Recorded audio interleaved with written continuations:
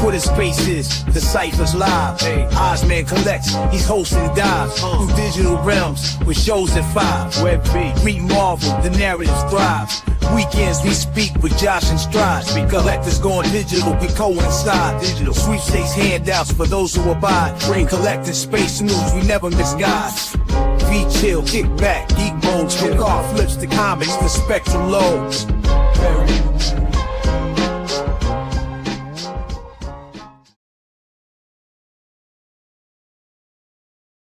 All right. Test. 1 3 test. Hope we've gone through nice and clear. Everyone can hear me okay? Just getting everything together. Got some intermission rolling. Just while we wait for everybody to jump on into space. Hey, Vegan Things, how are you, mate? Thanks for dropping in. Just getting my bits and pieces together. Hey, there he is. Josh, how are you, mate? Happy 2025, ladies and gentlemen. This is the first one of the year. So that's pretty cool. Hey, Hinano's in the house. Okay, Josh, let's try and get you up to the stage. There we go. Who else we go? Oh, everyone's rolling in. Hey, you got Raven, Double Quill. Say happy 2025, everybody. Hope everyone's having a good one so far. Well, turn this off. Right there, Josh. Test. 1 3 test. All right, can you hear me? Can you hear me? Yeah, mate. Yeah, gotcha. Awesome. Happy 2025, man. That's it. Happy 25, ladies and gentlemen.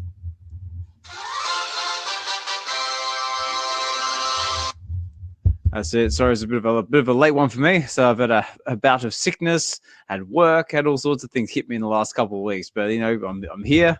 So the voice is holding up as long as I don't take any too heavy breaths or anything like that. I don't break out into a coughing fit. But I'm all good. How are you, Josh?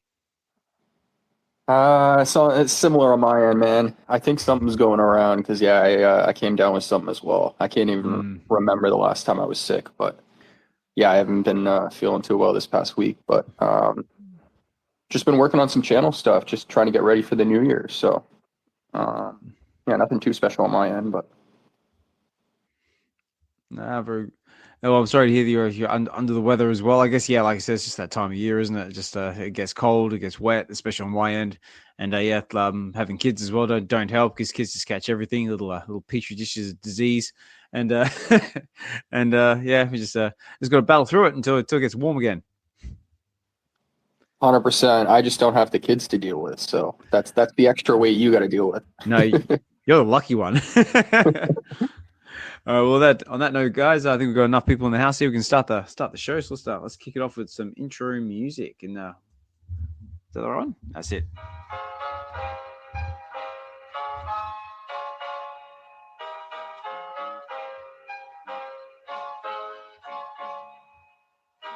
It's live,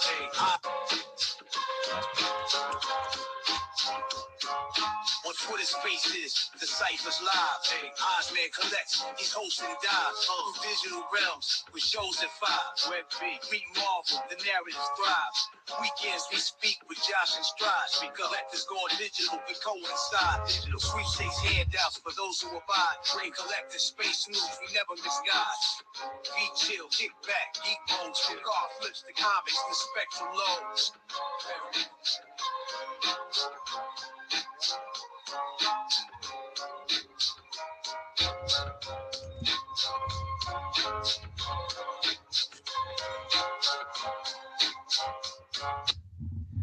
All right. G'day, everybody. Osman Collect 63 here. We're back again. We're back again with our Web V Weekends. This is episode 60, and not only is it episode 60, but it's the first episode of 2025.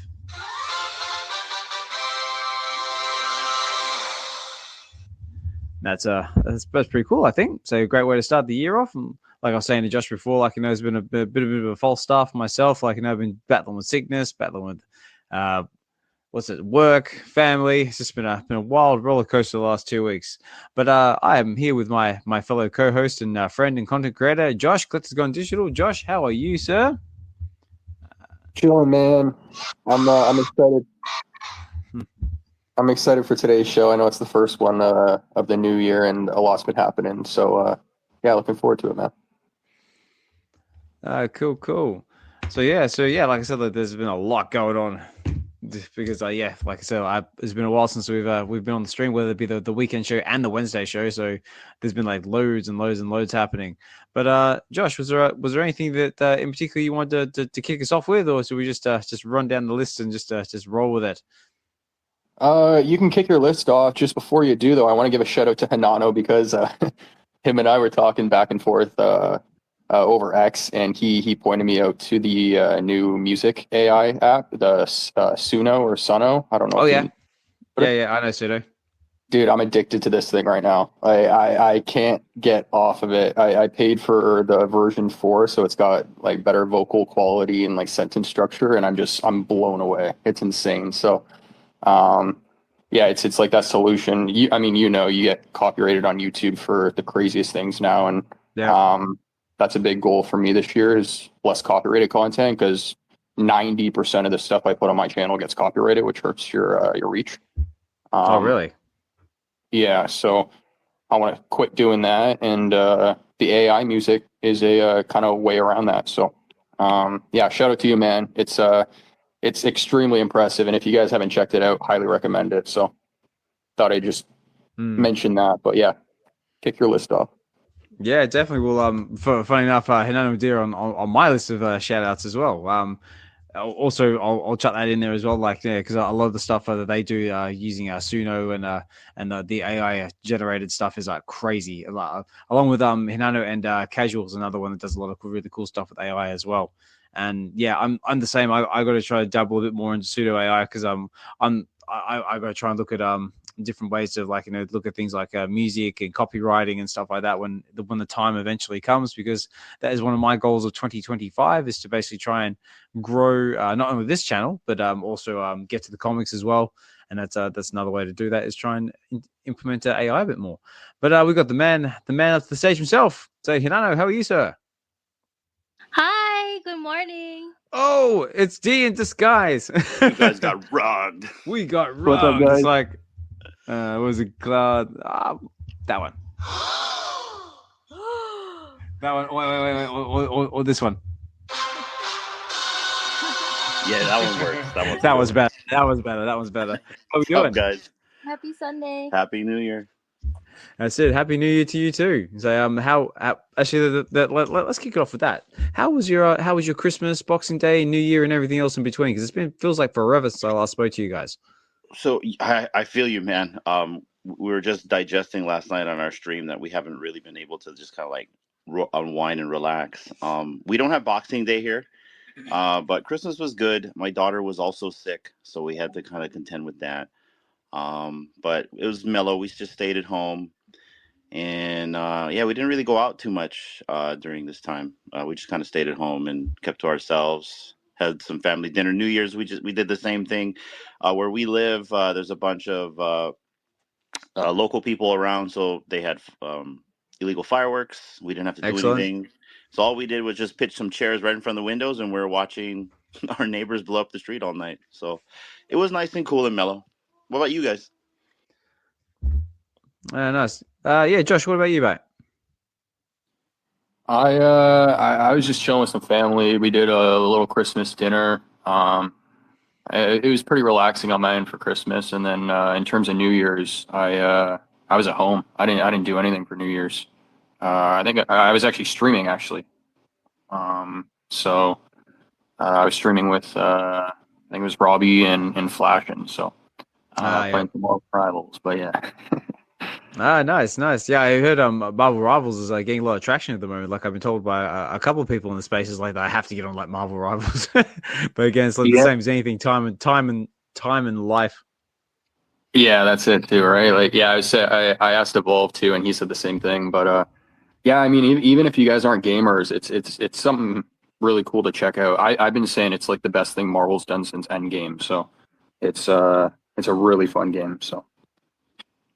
Cool. Yeah, I'll eventually get there and check it out. But if I ever get some spare time. But yeah, Christmas and New Year for me. Well, Christmas was basically just the family thing. Opened presents with the kids in the morning, and then went to the in-laws place that morning as well. Skype message my family in Australia. We did a bit of FaceTime there for the kids and for them. And then the afternoon was basically just spent with families. Did the whole family dinner thing. So got together, festive cheer and all that jazz. Boxing Day, on the other hand, for me, Boxing Day was a complete write-off for me because I was actually got really sick and was bedridden for like the whole day, and then basically for the day after that as well. So I more or less spent like 36 hours like in bed, like, and it was like really really unusual for me.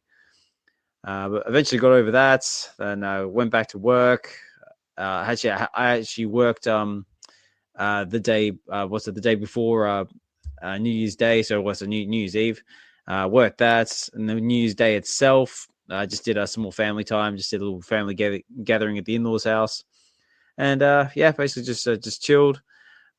And didn't really see the new year and anything like that. I was in bed by like 9 o'clock, so I'm kind of like over like all like the fireworks and spectacles and that sort of stuff. And my kids aren't old enough to appreciate it yet, but when they get a bit older, maybe I'll try and do a bit better to staying up late, watch the fireworks and all that sort of thing. Yeah, my daughter, she's not into fireworks, so I've been buying fireworks for like 3 years straight, and they just go straight into the closet. So this year, I didn't have to buy anything. I think my son's going to be really into it, but yeah, my daughter's not into it. So I guess I lucked out on that. But to kind of rewind on Suno real quick, for any content creator out there that wants to try to like play music on YouTube, it's going to be tough, especially if you join the partner program. We learned right away because we were using another streaming platform where we were getting licenses to use their content. YouTube didn't like that. They want to monetize everything: your arms, legs, your bodies, everything. So AI is the way to go. We learned actually from an associate from another NFT project about that. So we used AI. We generate all our tracks. The reason why you guys see us put tracks out on the timeline is we actually copyright all of our stuff. So in case somebody says, "Hey, wait a minute, you have copyrighted content," I'm like, "Yeah, it's our content." So we go the extra mile. We use DistroKid to distribute all of our tracks, and then also we make sure that we have the commercial rights for it. And so like the track that I made for you, Oz, that's actually made by Suno. You're not going to get copyright tagged. You own the track. I can send it to you. Yep. And it goes for anybody else that I made a creation for. Yeah. I mean, like just to kind of get ahead from that, because man, YouTube's tough, and Josh is right. They want to literally get you for everything. So, yeah, try it out, guys. And I'm glad you're able to figure that out, Josh, because it's a lot of fun. It's so fun, and good point about the licenses too. Because I've used a platform called Envato where I've actually paid for it, and I've downloaded audio tracks where you have the licenses and everything, and I've used it in videos, and I still get copyrighted, and I have to fight the copyright in order to I have to show them that I actually have the license and all this BS. So AI is just way easier. But question for you, you own the AI track, but how do you prove ownership? Is it like a code built into the song or something? Because I don't have like a file or anything. So according to the terms of service, whatever you make is yours. And it's my understanding the watermark is embedded in a frequency. But the way that I get around that is when I release through DistroKid, you can actually pay to get that copyrighted to you and your artistry. And so that's how we do it. Okay. DistroKid is what Emoji sent me, because that's how you get on Spotify, right? Yeah, so it's a distribution platform. You pay $6.99 a month to distribute as much tracks as you want on, man, pretty much any platform. I specifically picked to the free ones because I don't want anyone to pay for these tracks. They can use it to, enjoy, to listen. We mainly do this so we can use it in our production so we don't get hit by any tags or flags. That's the only reason why I released through DistroKid. I don't want to make any money off anybody. In fact, I think one of our followers, he literally takes the tracks and burns them on the CDs, and I'm cool with that too. I just don't want to get hit by any flags. Yeah, it makes sense. But yeah, it's definitely the right to go. Yeah. Does it also do sound effects or anything like that, or is it mainly just music?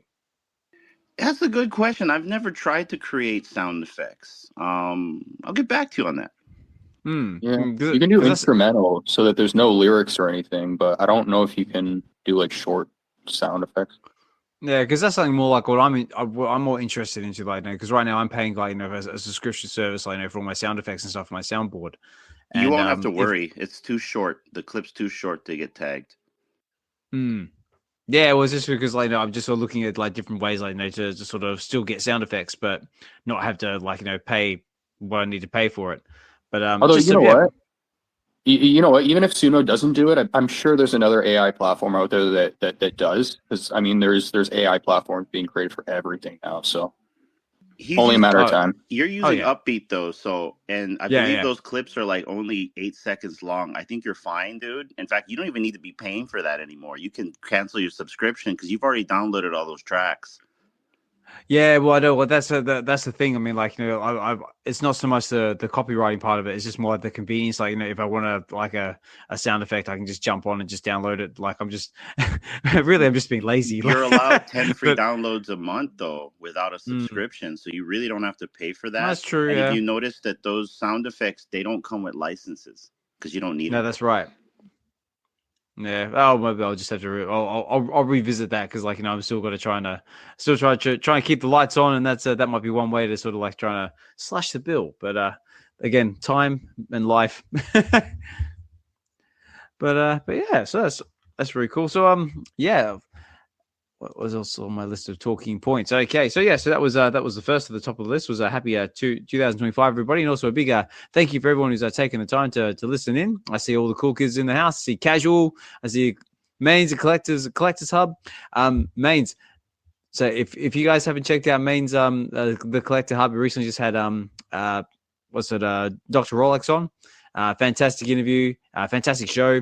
And also just recently had him on Get to the Comics, and we just did a Silver Surfer Black #1, and Mains was the embodiment of the Silver Surfer, and it was good fun. It was a great experience, great comic, really wild artwork, and he had a few funny moments in there, and that brings you back to what made you giggle, Hinano, about having the laser beam shooting out of his out of his back. I'll say, like, it was quite funny.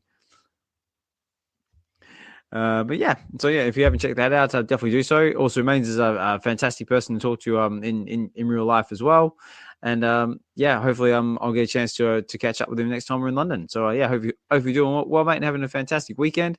I see True Text there as well. Your latest metaverse video I saw lately on X looks amazing. I mean, like the production quality, like the animation, just like, wow, looks like next level. So I'm really excited to see what else you get to drop on X, like, of your vault building journey and all that sort of jazz. So yeah, that's exciting stuff. So great to see you though. See D vegan things. Congratulations on your win on the USB-C wheel that Hinano and D recently just had. Yeah, some really good prize, man. So congratulations to you. Which I do have. Clap, it's the clap. UCBC. Oh, what did I say? USB-C. USB-C. Well, that's pretty cool too. But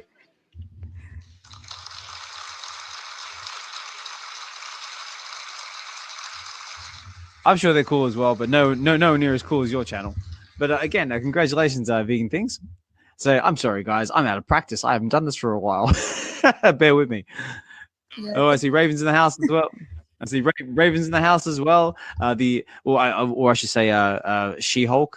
It was good to see you, Raven. Again, if you haven't checked out Get to the Comics, yeah, Raven did a fantastic job embodying She-Hulk, and had a really good time. Just growling and yelling, and remember, Raven, you got to get to the comics.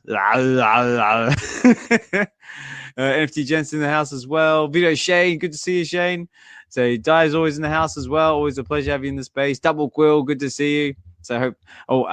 I just saw with the Double Quill as well. Apparently the new blogs are going to be dropping every Wednesday now, and not on Sundays, due to life. So I thought I'd better throw that out there if you haven't seen that already. But I'm excited for the next one. So I see Shanks is there as well. Sven's in the house, and everyone else taking the time to listen in. Much appreciated. So yeah, guys. So let's kick it off with some of the fun stuff we do. Oh, actually, before I forget, I just want to say a big thank you to first start off with a big thank you to Hinano and D. I did catch the the prize wheel on your latest stream, which was 106. What are you up to now? 162. I said there, the UCBC. I actually wrote that down, so I'm actually be able to say it properly now. But I did also see at the end there you gave myself and Get to the Comics a special shout out as well. So I do really, really appreciate that. Thank you so much. And you asked a question when Guri on Get to the Comics. Well, I'm working on it. We just got to find something that works for him. And you guys literally spent an entire car ride to a dam, and you guys couldn't figure out a time. That's funny. I know. It's just because he's always traveling. Like, you know, it's hard to pin the guy down, and then there's to find a comic that's actually that he's actually waiting for. But I did like the suggestion about when we get Spider-Man in India. I thought that would definitely be a good one to dive into. But we'll have to see if they ever drop it. You see, man, you're a gem because you literally did go back and watch a live stream that no one really didn't need to watch because it was just a giveaway stream. So I appreciate that. My pleasure. I actually had it playing in the background while I was driving around on my forklift this morning because I was at work this morning. So I was actually cleaning a warehouse listening to you in the background and Guru talk. So thank you for providing me with a bit of entertainment while I did my daily duties. And what else there was? So well, and also Josh, I just want to give you a quick shout out as well. I saw your latest video to start the year off was your first artwork video of 2025, which was the Venomized Mighties. And dude, just watching you work is just like wow. And just like I've seen like do like videos in the past, like when you make like your artworks and stuff. But yeah, like wow, I mean like it must take you forever to make that. Yeah, appreciate it, man. Yeah, we started on stream, and I didn't get around to finishing it, so I finished it off stream and just recorded the whole thing, and then I think it was like a few hours or something like that total. But I hadn't done one in a while, so I wanted to make sure I hadn't lost the skill, if that makes sense. Because with something like I use a platform called GIMP, it's like pretty much exactly like Photoshop, it's just free. But there's so many. Yeah. So there's so much to that platform, so it's just really easy to forget certain steps. So, no, I'm glad I remembered it still. So I wanna do a lot more of that this year, and I put a post out. I think it was yesterday, asking for some recommendations. So I already got some new ideas here. So, put I some appreciate happy it. trees. Like Bob Ross, add some happy trees in the background. Oh yeah. That's the first happy trees suggestion. Actually, that would be a good series. That's it. Let us know in the comments, ladies and gentlemen. What would you like to see Josh potentially design or make or add to his to the painting experience? It would be fun to know. Also, as well, let me know in the comments as well. Being a new year, being 2025. Does anyone have any New Year's resolutions? Anything you want to try and achieve for 2025? Maybe something we can help you out with. Let me know. What about Josh? Hinano, do you guys have any New Year's resolutions, or is it the same stuff you try every year, or we just try again next year? Sleep. That would be nice. Sleep. Yes. I'm going to work on some sleep. I tell you what, funny enough, that is at the top of my New Year's resolutions as well. Like trying to get a few more hours of sleep because 2024 was definitely a sleep deprived year for myself. So that's definitely top of my list. Is try and get more sleep in 2025. Yeah, man, I don't know what happened. Obviously we have a baby, so that's part of it now. But yeah, I really feel like I did not get enough sleep this year. I know we're doing a lot of things. Besides our real life stuff that we have to handle. You just said you were on a forklift a few hours ago. Yeah, so I feel you on that. But then also trying to do this stuff too. It's a lot of work. So yeah, some sleep would be nice this year. Yeah, that and eating healthy, I think. Oh yeah. Got to look after the health. Yeah, I'm with you on that. Resolutions, I kind of just focus on goals that are already on my list. So I know when I came back from Vegas, one thing I added was to travel a lot more. So I want to do that this year. I got invited out to an event in Calgary in March, which I'm going to fly out to, and then I know New York is in the books for a lot of people this year. But I do want to make it back out to Vegas too, because David did confirm, and I know it's now, so it doesn't hold too much weight, but he did say VeVe's supposed to be in Vegas this year. So I think that if they have a booth, it's just gonna, you were there, you experienced it all. It was amazing already, but Oh, mate. if they have a booth there, it's just going to be even better, right? So, I definitely want to try and make it to both those events, and then possibly something in the middle of the year as well. We'll see, but definitely traveling more, and I'm with you on the eating healthier part to Hinano. So. I'll see you in Vegas this year, man. Definitely. Let's go. Are you guys going again? Yeah. Hell yeah, we're coming back. Let's go. Yeah, I would definitely love to do both New York and Vegas, but I'll have to see what I can swing. I mean, I can definitely do either one or the other. If I can do both, well, Vegas is cheaper. Vegas is cheaper. I'm just going to say Vegas is, yeah, Vegas is cheaper. But in saying that, I haven't been to New York either, so it's just like we'll have to see what we can swing. Like, hopefully this crypto bull market kicks in, and then we can make some money. That'd be nice. Let's try and fund the little thing. But who knows? We still got plenty of time to try and get it all together. So, yeah, I was gonna say, I think the whole idea of the Airbnb in New York is a really smart idea. Yeah, I like that one. And then, what Hinano said, Vegas is, I mean, it's night and day for what New York is in terms of accommodations. But shout out to Video Shane down there as well. It was awesome meeting you. But yeah, hopefully you can make it out to another event next year so we can see you as well, Fro. I know we got Flash and Sven down there as well. I hope to meet those guys eventually in real life. Double Quill, like all these guys, all these guys. So yeah. Oh yeah, I second that. I would love to catch up with everyone again. Especially, I want to go on another walking tour with Video Shane, because that was a lot of fun when we went through the Venetian and down the strip in Vegas. Yeah, it was good. It was good times, and just miss meeting up with everyone in general. I miss our hash house breakfast meetups. I was just thinking about that yesterday. The breakfast is the best part. Yeah, man. Corned beef hash. Hell yeah. Sorry, excuse me, everybody. I'm just having a bit of a coughing fit. So I'm almost on the tail end of my cold. So just if I jump off mic from time to time, just bear with me, yeah, because I'm just try not to cough my lungs up into the microphone. I thought you were having an emotional moment. You were wiping a tear from your eye.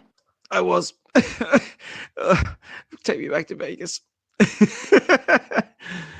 No, very cool, guys. So, yeah, if anyone else has any good New Year's resolutions, don't be afraid to chuck them there in the comments. I'd love to know what everyone else is planning to what plans are for the year. I see Double Quill's already dropped a good one, saying she wants a castle. So who doesn't want a castle? I want a castle with a moat and maybe some sharks with some laser beams on their heads. So wouldn't that be fun? And Double Quill also says it's not my fault he asked. That's true. I did ask. Very cool. All right. Well, let me tick that off my list. Let's see that one. Oh yeah. Now I was hoping he might turn up. He may turn up in the space, but I'll give him a shout out anyway, because he might listen to this on the playback. Because I want to give a particular shout out to my good friend California Comics. He actually sent me a gift package the other day, and it is awesome. He sent me this basically a visual book of Aliens, so all the set works and artworks of the film. He sent me a DVD of Aliens and Predator, which is my two favorite franchises and also my two favorite movies, all rolled into one DVD. So I was like, that is awesome. So thank you so much for that, because that was I was like, wow, this is like fantastic.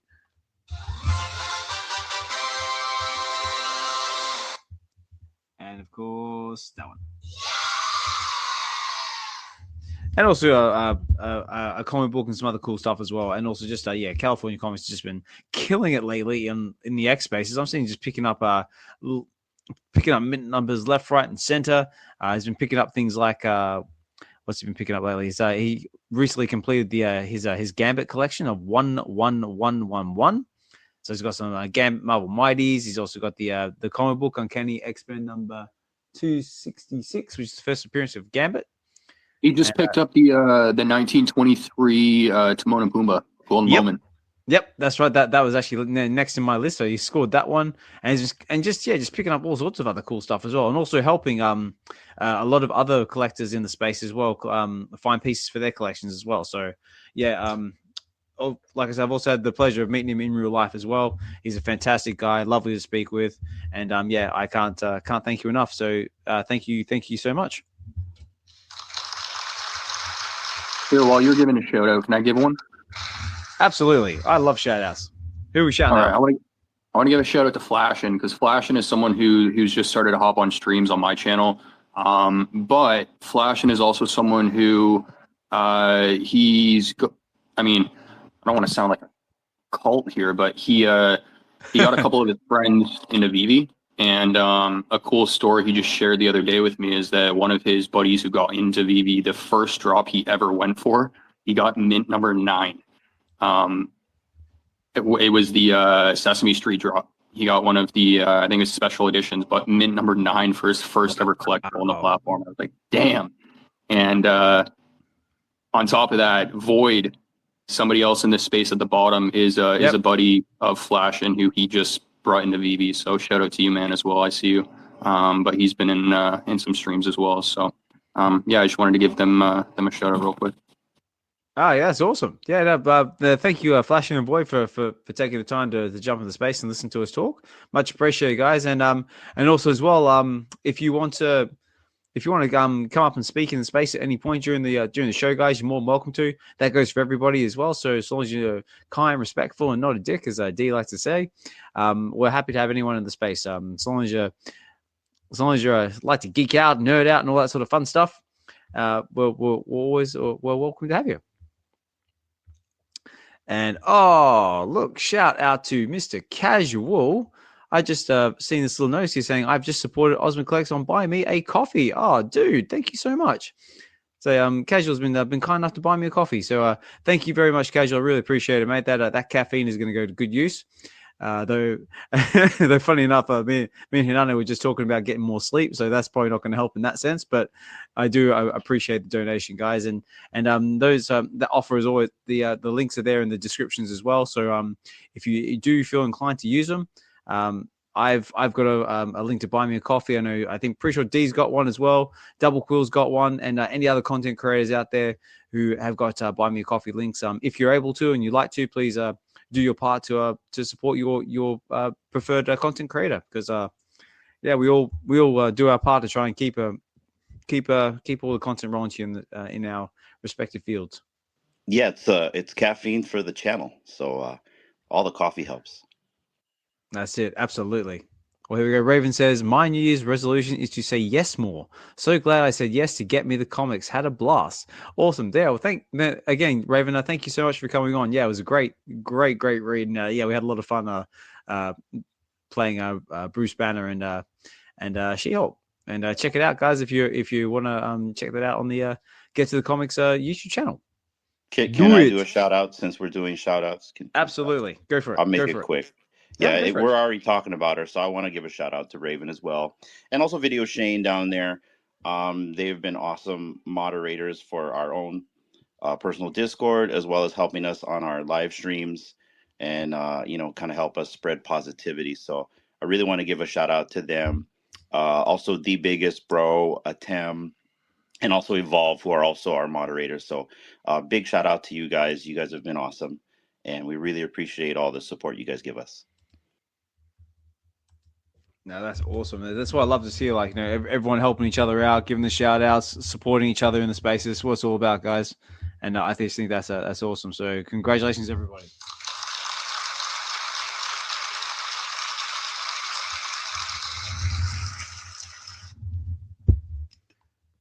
Okay, so let me just cross that off my list. So that's my. So I suppose if we're still doing shout outs, I suppose I got one more as well. Big shout out to Dokta Strange as well. He dropped his latest Stack and Slack video on Amazing Spider-Man number 78, I believe, which is the first appearance of the Prowler. Very, very cool, very informative video as well. And his production value is getting pretty insane as well. Like, he actually had a section there where he was talking about the Prowler in Across the Spider-Verse, and he was like cutting bits of the actual film in there as well from the trailers and all sorts of stuff. And yeah, it was like, wow, it's like those two. They're very, very cool. So get over there, give it a like, follow, comment, etc., if you're inclined to do so, and help our doctor in the help Doctor's channel grow, and also Doctor helps me co-host the Wednesday Spaces as well. So big shout out to Doctor because he may or may not pop in later on today. We'll see. Okay, that one's done. That one's done. Okay, I think that just about covers all my shout outs. Unless, actually, no, sorry, I got one last one because this happened while I was sick. But I will give a VeVe Magik quick shout out as well for the collector's spotlight that happened while I was not so well. Unfortunately, I couldn't come on screen, but I did participate in the chats as well. That was an amazing stream. So I just want to say big shout out to VeVe Magik for putting that all together. It was like I say, a fantastic stream. Big shout out to Casual as well, because I think Casual actually went on there, and that was his first on camera appearance, I believe. So that was great to see Casual putting himself out there more, growing more confident, putting his face out there on camera, and just loving it. So not only is he now the voice of VeVe, he now could possibly be the face of VeVe. So we'll have to see. But big shout out to VeVe Magik for putting that all together. Everyone had a fantastic time. It was full of great content creators across the space.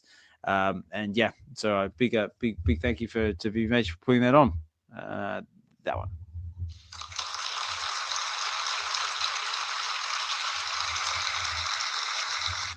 Oh, there we go. Casual's back again. Sorry, Casual. I was just giving you a shout out, mate, saying I'm on the collector's spotlight. So it was great seeing you up there on camera with everybody. So it's really good to see you growing more confident, putting your face out on camera. Keep it going, mate. Like I said, that's what the space is all about, guys. I'm encouraging us all to try something new, try something different, jump outside our comfort zone a little bit, because that's where all the magic happens. That's where all the cool stuff happens. You find out all these things you never knew possible, never knew you were capable of. And I think that concludes all of everything I've got on my list. Josh, was there anything that you had on your list that you wanted to shout out or say anything before we start moving on to VeVe? What's going on in VeVe? No, all my stuff is VeVe related, so excellent. I'm good. Good to move on. Okay, cool. What about you, Hinano? Was there anything else you wanted to add, mate, before we move on? No. I'm just chilling with you guys today, just hanging out. All right, cool. All right, well, let's jump on over to VeVe. So, like I said, there's been quite a lot happening since I've been absent, but probably the big one that happened was yesterday. Now is that we had the Maserati drop. How did we all go, guys? Did we go for it? Did anyone land that Chaser common variant, that beautiful black? Josh, hello. How'd you guys do? I bought a common in the market for way cheap, so I'm happy. Yeah. What did you get it for? I got mine for 12 gems. Oh, nice. Okay. I haven't even looked at the market. Yeah, I haven't looked at the market, but that's the one I want, is the white one. So I didn't go for it on drop, but the common is the one I want to grab. So nice. Well, that's what I'm looking at. I'm looking at right now. So let's tell you what. Let's jump over to the market and let's see what's going on in the market. Where's it gone? That one.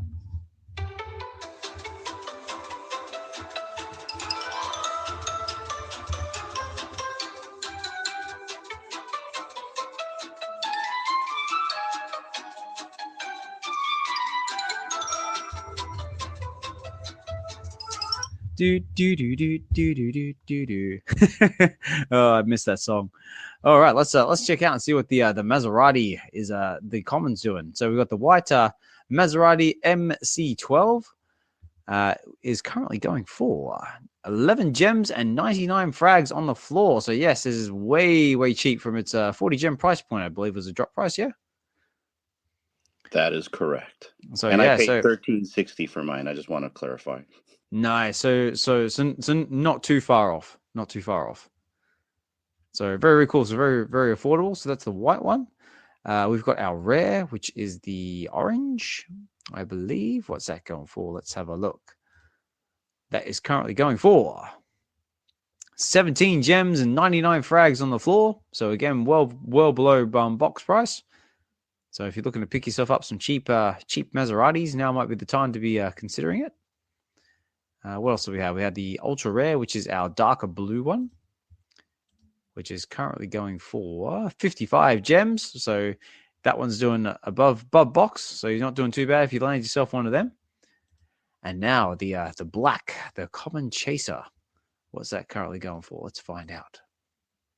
Because I think the edition size on this was crazy low as well, if I remember right. It was 50 editions. So if you manage to score yourself one of these on drop, congratulations to you. Because right now the current floor price is here we go. It is 825 gems on the floor right now. So yeah, so if you land yourself one of them on drop, you're definitely doing very well. So very, and very shout out cool. to the team. I think they nailed that drop because I don't know if it's them who chooses the colors for the rarity, if it's the actual licensor, but like some of the car drops they nail it, and then some of the car drops they just like they're a little off. Like the Miura, for example, that color for that car is yellow, and it was the ultra rare. It was just like some random. It was a weird rarity. Like you would think that color would either be the common or the seeker rare, right? Yeah. But with this one, the color for this car is white, and they made it the common, which was really good. And then you have like the Countach with Lamborghini, where that color, like the color for that car is white from Wolf of Wall Street, right? That's the popular one. Yeah. And that was I think the most common as well. So yeah, I think that they should keep doing this. If they listen back to this recording, I think they should keep doing like the most popular color and make it like the most accessible. Yeah, definitely. So there you go. The VeVe team, like, looks like you're onto a good formula there. So maybe stick with that one. Very cool. So yeah, so the common, because like I said, all this happened while I was sick and away, so I didn't have a chance to read any of this off. So yeah, so it was a 40 gem price point. It happened yesterday on the 4th of January, and the common currently has 1,914 editions, so 1914, which I'm assuming is going to be a significant data to the Maserati car. There was 50 of the rare chaser variant, which was the black Nero Daytona. Actually, that's a good point. Did this sell out? Does anyone know if this sold out? Let me just have a quick look right now. Because last I looked, I think this was still available in the market, but I'm not sure if the chaser variants are sold out yet. I'll have to have a look. But yeah, but the Panther Orange went for 814 editions, and the Victory Blue Ultra Rare is 414 editions. Yeah, it's not sold out. Oh, there you go, guys. So, but do we know if the chaser variant sold out though? I'm just checking right now. So I'm just try and have a look. Total editions. Because it should tell you. I know you click on any of the other rarities and it tells you if it is, and then you click on the special and it doesn't. Oh, if anybody knows, let me know. Let me just check the comments. I don't know if you can see it easier on the web app. I'm still trying to look on the mobile, but that would explain why the prices are so low in the market. But yeah, so yeah, because if the chaser variants all sold out, then there's not really much incentive to go for the market to go for like the drop if the markets are so cheap at the moment.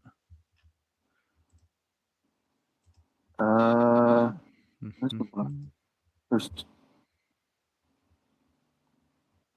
Let's see. I wonder if I do that. I wonder if that tells me. Hang on. If I go details. Aha. Okay. That'll probably do it.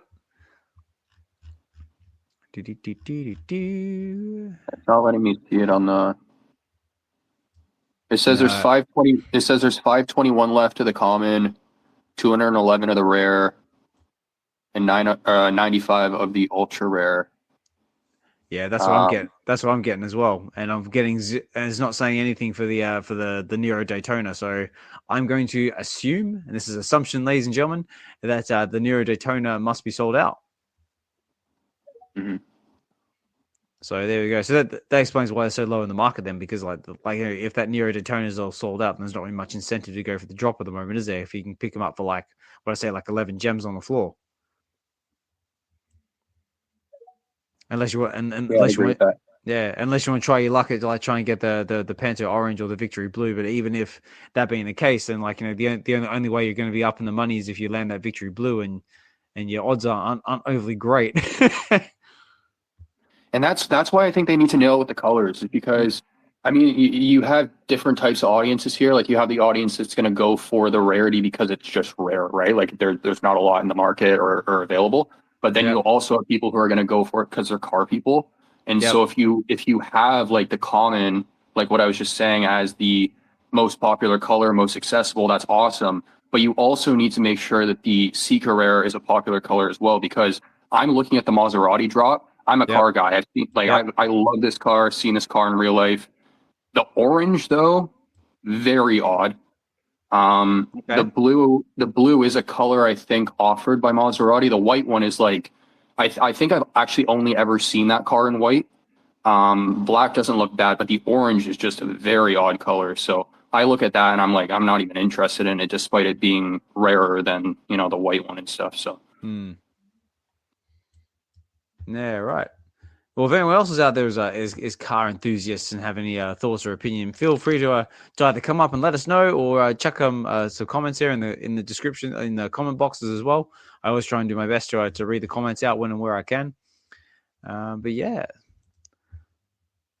But there we go, guys. So yeah, so that's still available in the market if you want to try your luck for the Victory Blue. But yeah, it looks like if you are thinking about picking up a car, the market might be your best place at this current time. But again, guys, nothing said on this channel is classed as financial advice in any shape or form. Actually, that sounds like a good opportunity to do this one. Let's do that one.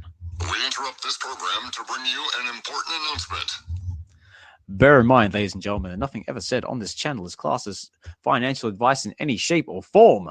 The only thing I always advocate very strongly for is that collect what you love. Make sure you share your collection with others. Talk about what you love, or at least try to with your family if they'll listen to you. And yeah, be kind to one another. And yeah, when it comes to financial advice, guys, I have enough trouble managing my own finances, let alone yours. So please do due diligences, be responsible and all that jazz. And yeah, be safe out there. And also as well, guys, if you haven't got yourself a quality air fryer, I do highly recommend that you do so, because it will change your cooking experience for the rest of your life. I have not touched my oven in a very, very long time, and I air fry practically just about everything. It's convenient, it's tasty, and I highly recommend. You're committed to that line. I love my air fryer. I really do need to try and chase him up for a sponsorship. That's hilarious. No, but aside from the colors, though, because that's just me being picky, I think that the vehicles are going to be some of the best things to display in the VeVeverse. I think they're going to look just amazing. So. Yeah, very cool. What about you, Hinano? Did you have any other thoughts on the Maserati at all? Not the Maserati, but when colored air fryers on VeVe, I can imagine getting an orange one, a lime green, maybe a special edition in like aqua. Ooh, No, nothing like on the that. Maserati. I'm with Josh. I like the common, and yeah, for me, like it was cheap, and so I'll buy a freaking common for like $13.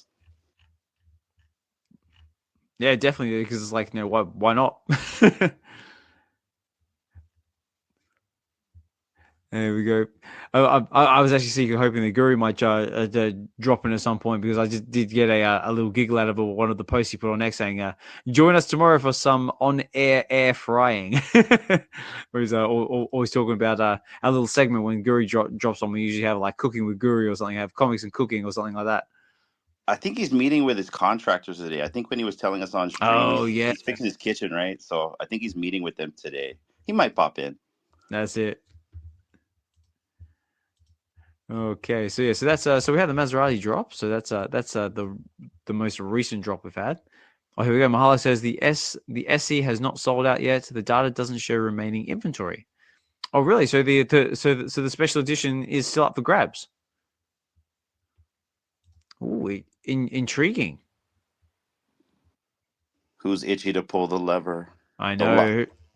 Who wants to give it a go for 40 gems, though? That's the question. It's like, ooh. been saying that if you do by some miracle land that black one, you'll be doing all right. It's like, what do you do? They gotta fix this stuff in the update like ASAP, because I mean, the majority of people aren't gonna do what Mahalo just did. I bet you a lot of people think that's sold out because it doesn't show it on the app. Well, no, that's right. Well, like we just said, that was our first assumption as well, because like there's no data there saying there's anything left in the market, or sorry, in the store. Yeah, I don't know. Those people aren't going to go to the blockchain to check. That's it. Yeah. That's it. You have to go to the blockchain to check, and I'm way too lazy for that. So We all need a Mahalo phone, is what we need. We need a Mahalo phone in this place. I was about to say I'm going to trust in Mahalo. So hopefully you have a crack at one. If you do, so good luck to you, sir. Hopefully you grab that black one. And for anyone else who wants to have a try for it, but me personally, I'm not going to be going for it because I've already blown through my VeVe budget for the week, because I've been picking up all sorts of stuff in the market myself, left, right, and center. Because what's the last thing I picked up? Last thing I picked up was I actually went for the ASM number 78, which was the first appearance of Prowler. I picked myself up that beautiful Nicoretta Balderi ultra cover, and I got myself a pretty nice mint number too. I got mint number 242, nice low digit palindrome. Oh, nice. I had to get them all. I think all the covers look great.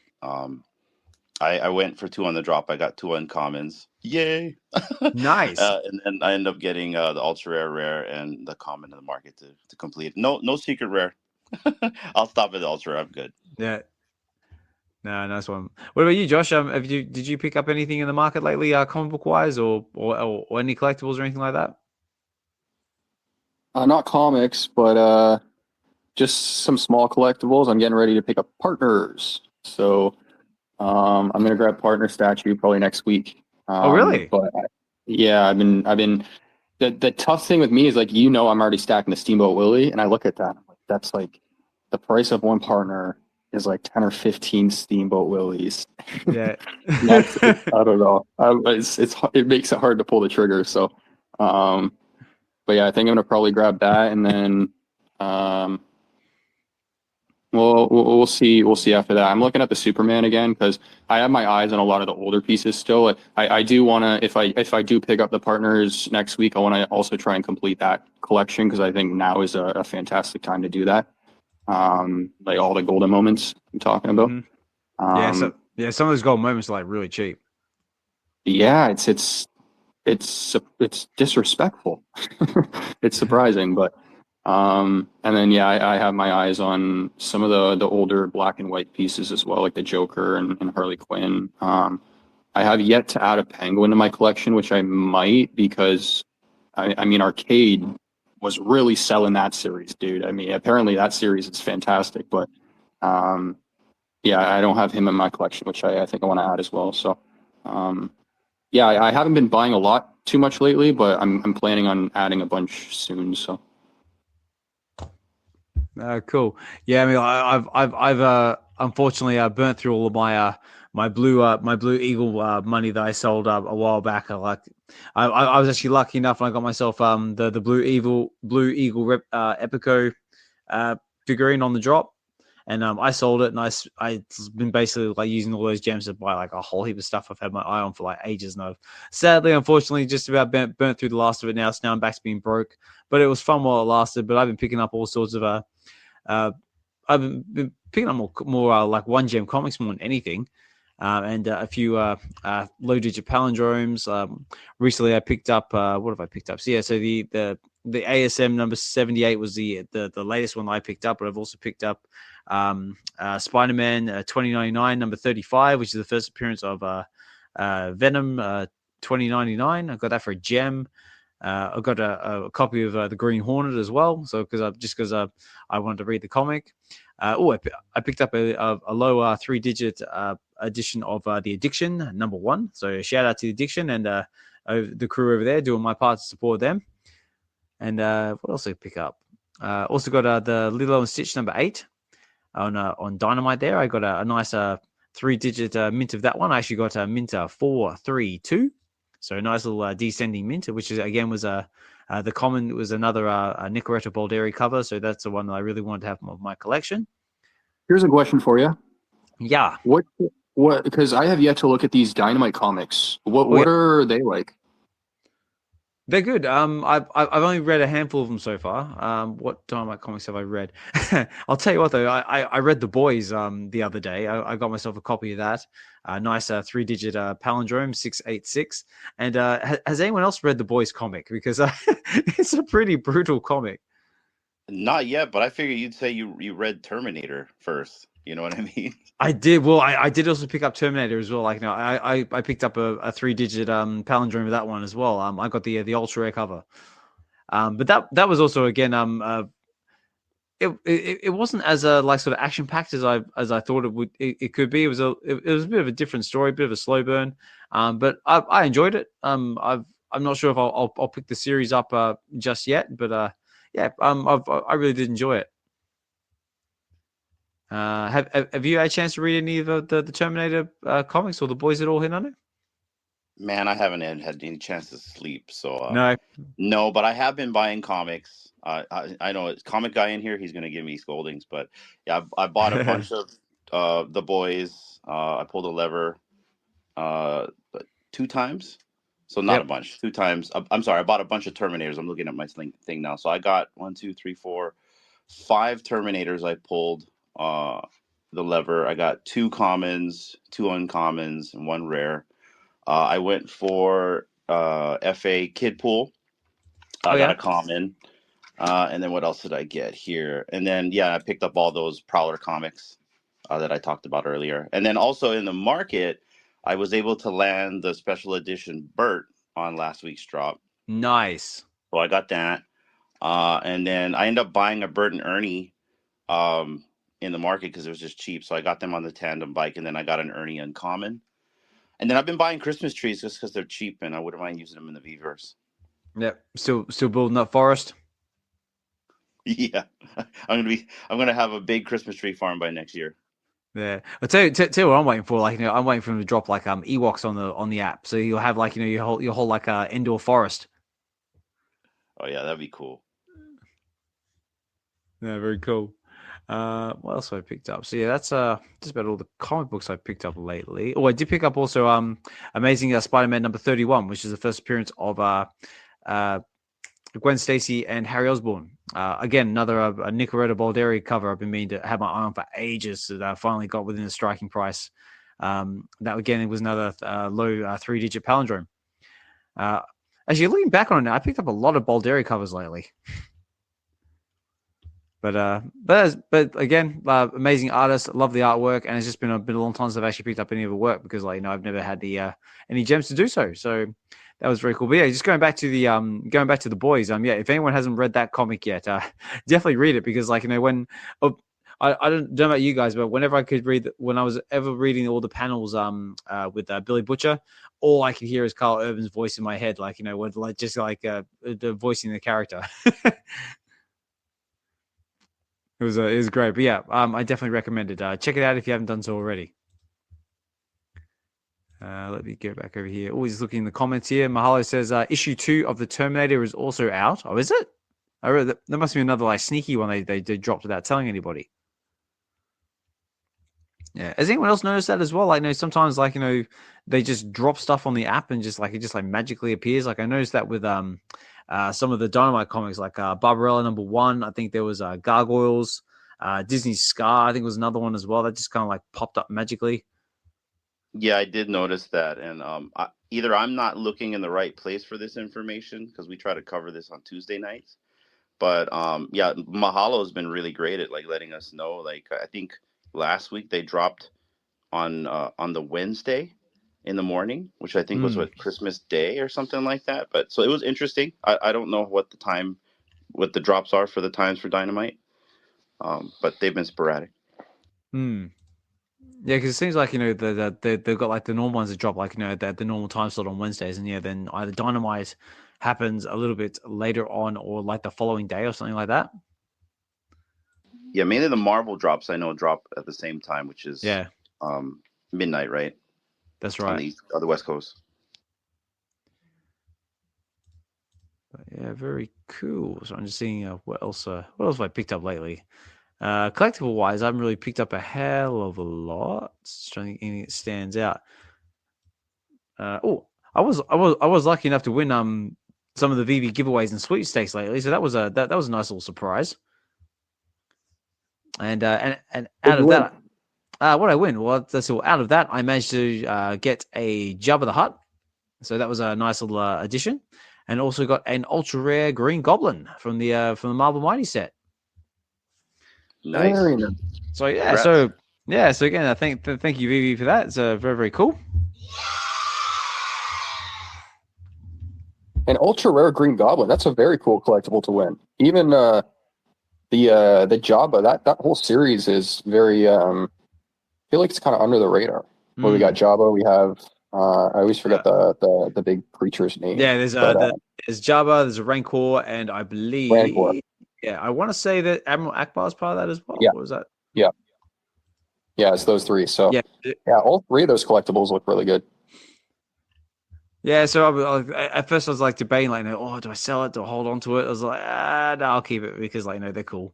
And you never know. I might be tempted to pick up a Rancor or maybe an Admiral Akbar later on down the track to complete the set, depending if they go low enough. Or I could just get like an Admiral Akbar just so I can go, it's a trap. There you go. The Jabba collectible too. I think that's based off the physical. I'm pretty sure. I think there's a physical that you can combine with that one. The Jabba.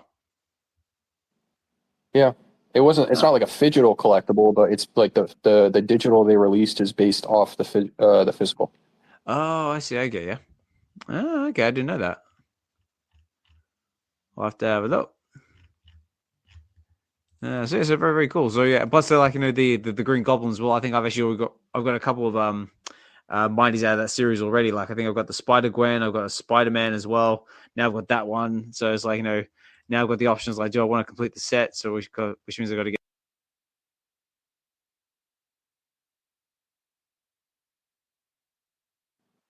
I think we lost you, man. I don't know if you can hear us.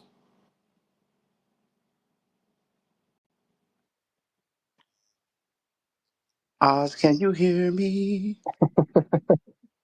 I'm back. Don't panic, everybody. Yeah, thank you, Elon, kicking me out of my space. I was just thinking, like, it's been a while since, like, Elon's had a go at it. So it must be about time, and there it is. Bang! He just kicked me out of my space. So yeah, that's the first appearance of Goblin, right? Yes, I believe it is. I believe it does have the FA tag. Let me just double check that, but that sounds accurate. Yep, first appearance. Yeah, that's an awesome collectible to get. Yeah, I was just saying what else is in that set as well, because like I said, I've got the Ghost Spider, I've got Spider-Man. I just need to get Spider-Woman, Black Cat, and Spider-Man 2099, and then I've got the whole set. But again, it's just like whether I want to invest the gems into it. I mean, Spider-Man 2099, that'd be a cool one to have, but like, you got Black Cat and Spider-Woman, it's like, Black Cat's cool, Spider-Woman's pretty meh, but I don't know. We'll have to see. We'll have to see what VeVe comes out down the pipeline, because I don't think they've announced any collectibles yet. Oh, actually, just on the subject of collectibles, what else have they had? So we've had the Marvel Avengers metallic red tower. Did anyone go for that one at all? That's a negative, Ghost Rider. Say no, sir, I did not. Yeah, I didn't. That's an odd one in my opinion. I mean, it's a weird collectible, I think, to make metallic red to begin with, but I also think that should have just been an airdrop for people who held the tower. I don't know if anyone feels the same way, but yeah, because what was the requirements? You basically just had to have the all the other red metallics, didn't you? Which was the Doc Ock, the Thor, the Storm, the Thanos, and the Iron Man, and then that basically you pay 5 gems and then you can craft this. Yeah, sounds about right. Yeah, to be honest, I can't even remember. It was either that or you had to have the previous tower and then you just had the opportunity to craft. But either way, you had to pay for it. Yeah, well, here we go. Here, this is what it says. So yeah, it says to be eligible to craft the Avengers Tower, Marvel Metallic Red Digital Collectible, collectors will need to hold all 5 digital collectibles from the previous Marvel Metallic Red series. So basically all those ones I just said. So the Doc Ock, the Thor, the Storm, the Thanos, and the Iron Man. This is a pay-to-craft event, which costs 5 gems, and no digital collectibles will be burned during the crafting process. There is a limit of 1 craft per account, and collectors must be at a minimum of level 1 account to qualify. Store and market purchases digital collectibles are eligible, and it's first in, first serve. So crafting will close the 12th of January 2025. So you still got a little bit of time left on this if you decide you want to craft it. And yeah, so basically that sounds like the only requirement is you've got to have all the other reds, and then you get to craft this for 5 gems. And there's 444 editions. And so what is it? So basically it's a 5. Well, it says it's a 5 gem crafting price point, but then saying that you got to buy all the other red metallics, don't you? So that could rack up quite quickly. So let's see what is it currently going for in the market. Let's find out because I'm curious. Where are we? Because I'm pretty sure I saw it 2 seconds ago. Hopefully it's at the top of my search bar, and that will make this a little bit easier. No, it's not. So it is Avengers Tower. Let's see if we can find it. So yeah, so you didn't even have to own the previous Avengers Tower to go for this. So here we go. So it is currently going for 59 gems and 99 frags on the floor. So just shy of 60 gems.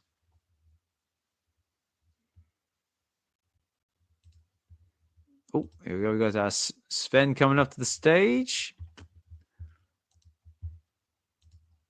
Yeah, Sven.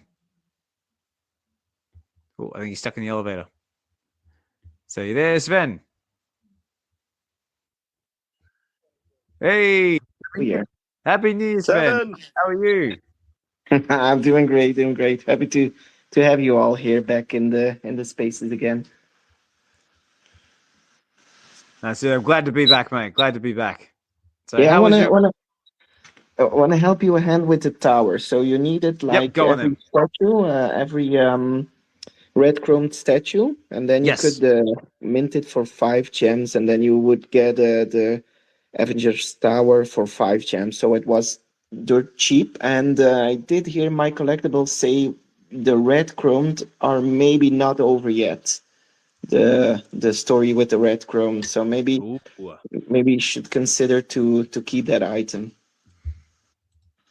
Oh, there you go, guys. Bit of speculation. Could we possibly see more from the Reds? We'll have to see. And I have another speculation. Oh, let's hear it. Yeah. I have another one. For the Lamborghini, we got the common and common and the ultra rare. But where's the secret rare? Oh, that's a very good. Actually, that's a good point. Actually. So maybe you should collect the set, don't you? But no financial advice. We just want the air fryer, but it's just something to let you guys know. Orange air fryer. Orange. That's it. Maybe you'll get a Maserati branded air fryer. We should get an air fryer. That would be good. Like, my car, it raced fast, but my food cooks faster. Or maybe Maserati started with tractors or something like that. I mean, get the first appearance of their tractor or something like that. That would be something Josh would know. That's the Lamborghini. That's the Lamborghini. I can't help but laugh on the other side of my phone over here, dude. You're awesome, dude. To your point about the rarities, I'm all with you about for the air fryer, but I don't think there's anything there, my friend. The only reason I say that. What's that? Oh, Josh, all the speculation is gone now. Hey. Here's why I say that. Here's why I say that. Let's hear it. Is because we already have other series on the platform like Lamborghini, right? With the Countach, they dropped with 3 rarities. The white one was the rare, the red one was the ultra rare, and then the black one was the secret rare. There was no 4th one in the set. And then you have the first Maserati drop where there was only 1 in the set. So I don't think there's going to be 4 with every single card drop. But to your point about releasing like a tractor or something like that, I think with Lamborghini that would be like a fantastic airdrop because that's where they started from, was tractors, and yeah, dropping something like that to like a loyal collector who has a bunch of Lambos on the platform, that'd be amazing. Yeah, that would be great idea. Yeah, or maybe something else Maserati could possibly do is maybe drop like the Trident badge. That's kind of some kind of airdrop, maybe. Ooh, best logo in the entire car industry. Oh, there you go. Oh, so nice. Yeah. There you go. I was thinking about something extra I wanted to manage, but wanted to tell about those cars, but it will come up. Yeah. Yeah. It'll come back to you. But Sven, how was your Christmas and New Year, mate? My Christmas and New Year was quite relaxed. I'm not that old, but I want to have my rest and be a bit at peace. I had 1 week off, so I didn't work 1 week or 10 days. Lucky you. Yeah. But 1 week off for me is no money for VeVe then. So it's very true. It's like extra. If I do like extra shifts or I work a bit over, it's VeVe money. So no, not much VeVe money now. But I was able to get my car, so I'm happy with it. Nice. So you went for one of the Maserati drops today then? I didn't go for the drop, but I just went for the secondhand market. Right. Like 11 gems, then 18 gems, and then the blue one I got for 48 gems. Oh, nice. Yeah, so I got myself the set, so I'm waiting for my airdrop air fryer now. That's it. That's gonna be like a running joke the whole stream. Love it. I see Void down there just keep laughing. Like he keeps throwing up the laughing emoji. I'm like, Void, I need to introduce you to Sven. That's it, right? Yeah. For my vacation, I was also looking at the Pokemon market, and I had like a lot of Vincent van Gog's Pokemon cards. There was a launch here with an exhibition for Vincent van Gog's Pokemon card. And they are quite well increasing in price suddenly. Suddenly out of the blue, they just shot up. So sometimes I'm wondering, but I should have better stayed with my Pokemon hobby instead of the VeVe. But I have this companion friend now, like Collected on Digital and you. So maybe VeVe is a good thing too. Yeah, definitely. Well, like I said, I always stay with VeVe for the community, but first and foremost. But yeah, but like I said, I'm just enjoying picking up all these 1 gem comics left, right, and center because you're still finding like so many good gems out there. And so yeah, and also, is that right? No, go ahead. Yeah, as I said, like me, I'm personally just like stockpiling, like just so I've got stuff to read, like for the Get to the Comics episodes, but also just because like you can't beat a 1 gem comic, and like so there's so many different titles out there, a lot of different characters I haven't like seen before, a lot of stuff I've been interested in but haven't really sort of pulled the trigger because like don't say that though, it has to be a gem. Because if it's a gem 4 or a gem 5, not deal breaker. It's got to be a gem. just autistic on the 1 gem, then just 1 gem. That's it. I was wondering, Osman, that previous episode, Hinano was telling he was stacking Christmas trees, but I now did see my stacker stats, and I'm owning the most Christmas trees starters from the whole app. Oh, really? Yeah, I own 3. He owns tree. Number 1 tree farmer. I love it. So congratulations to you. That mantle, man. You can have it. If you watch on Stacker, you will see me. Their starter tree is trees, and I own it. I am the only fixed one. No, that's sweet. There you go, guys.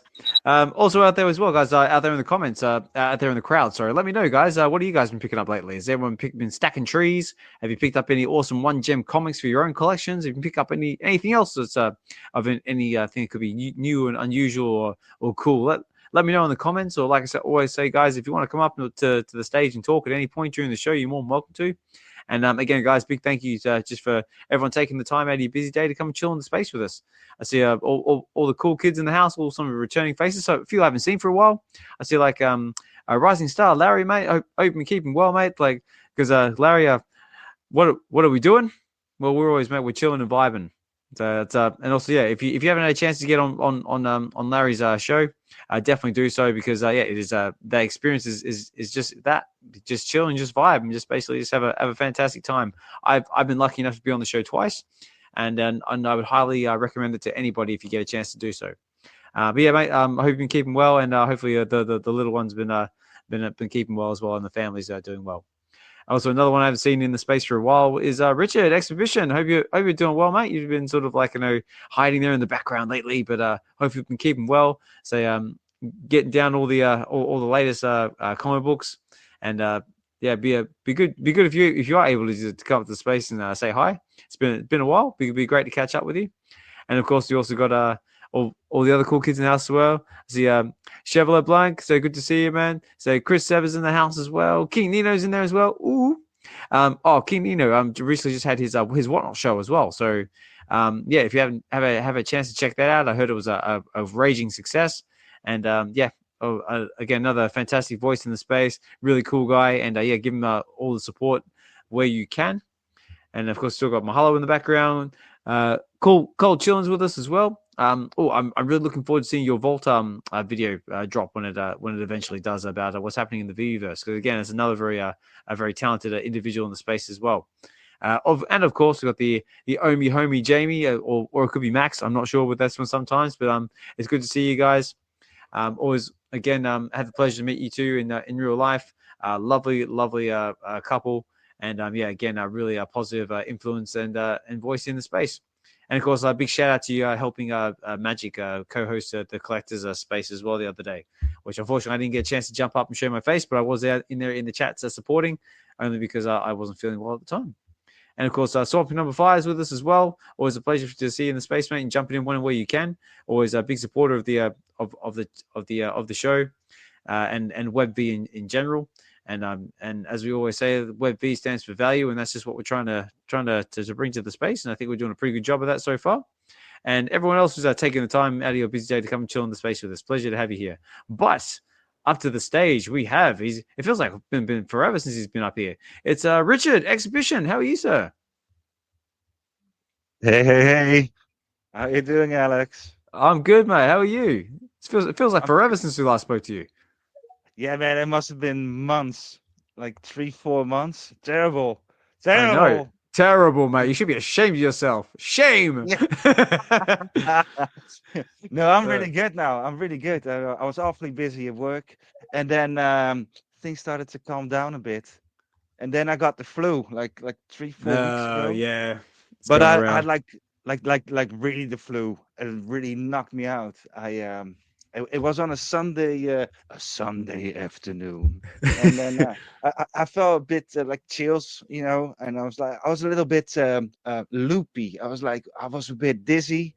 I was like, fuck, man, I think I'm coming down with something. So I didn't eat any dinner. I wasn't hungry at all, and I just went to bed. And then the next day, I have to get up in the morning at 5:30. So I went to my job, and I was like, I had it in my head, because I wasn't thinking straight. I was like, I'm just going to grab a cup of coffee and push through. And I had to do working days of 11 hours. I do 11 hours a day. Oof, ouch. Yeah. And so I was just like, I'm going to push through. But then, so then I was sitting there. I was like, if I just can close my eyes for like 15 minutes. So I was just laying on the table. I was just finding some coat as a pillow, and I was like, oh, fuck me, I'm sick, I'm really sick. I'm out. Yeah, like me, I'm never sick. And then, so I called a colleague, and I just went home, and I was home at 10 in the morning, and I just went straight to bed. I just took off my clothes, just went straight to bed. I slept till the next day, and I had some water, and I called in sick again, of course, for the rest of the week. And then I woke up at 9 o'clock at night. So I slept from Sunday to Monday, and then a couple hours up, and then I slept the whole thing till 9 o'clock, and then I finally had some food for the first time, and then I slept in the morning again, and then Wednesday I was shit, and then Thursday I finally started to feel better. Man, I was out. I was just fever, like 40 degrees, I think. Everything, man, a headache, but most of the time I was just in a coma, so that was pretty good. Yeah, man. I mean, when I woke up, it was shit, but I mean, I wasn't awake a lot. Yeah, but when I was asleep in my coma, it was so peaceful. Right, and I started to get a bit. Well, I wouldn't call it delirium, but I was having strange dreams, and everything was awful. And then so I called my work and was like, I'm not coming in Friday as well because you know this thing is not gonna. So and then Saturday and Sunday I was feeling sick as well. Still, the Monday I went to work again, and I had 3 days before my vacation, and I was doing okay because back home you're not doing anything, so you feel like okay. I started a bit to look at Twitter again and that sort of stuff. Yep. But then after 3 days, because 11-hour work days, right?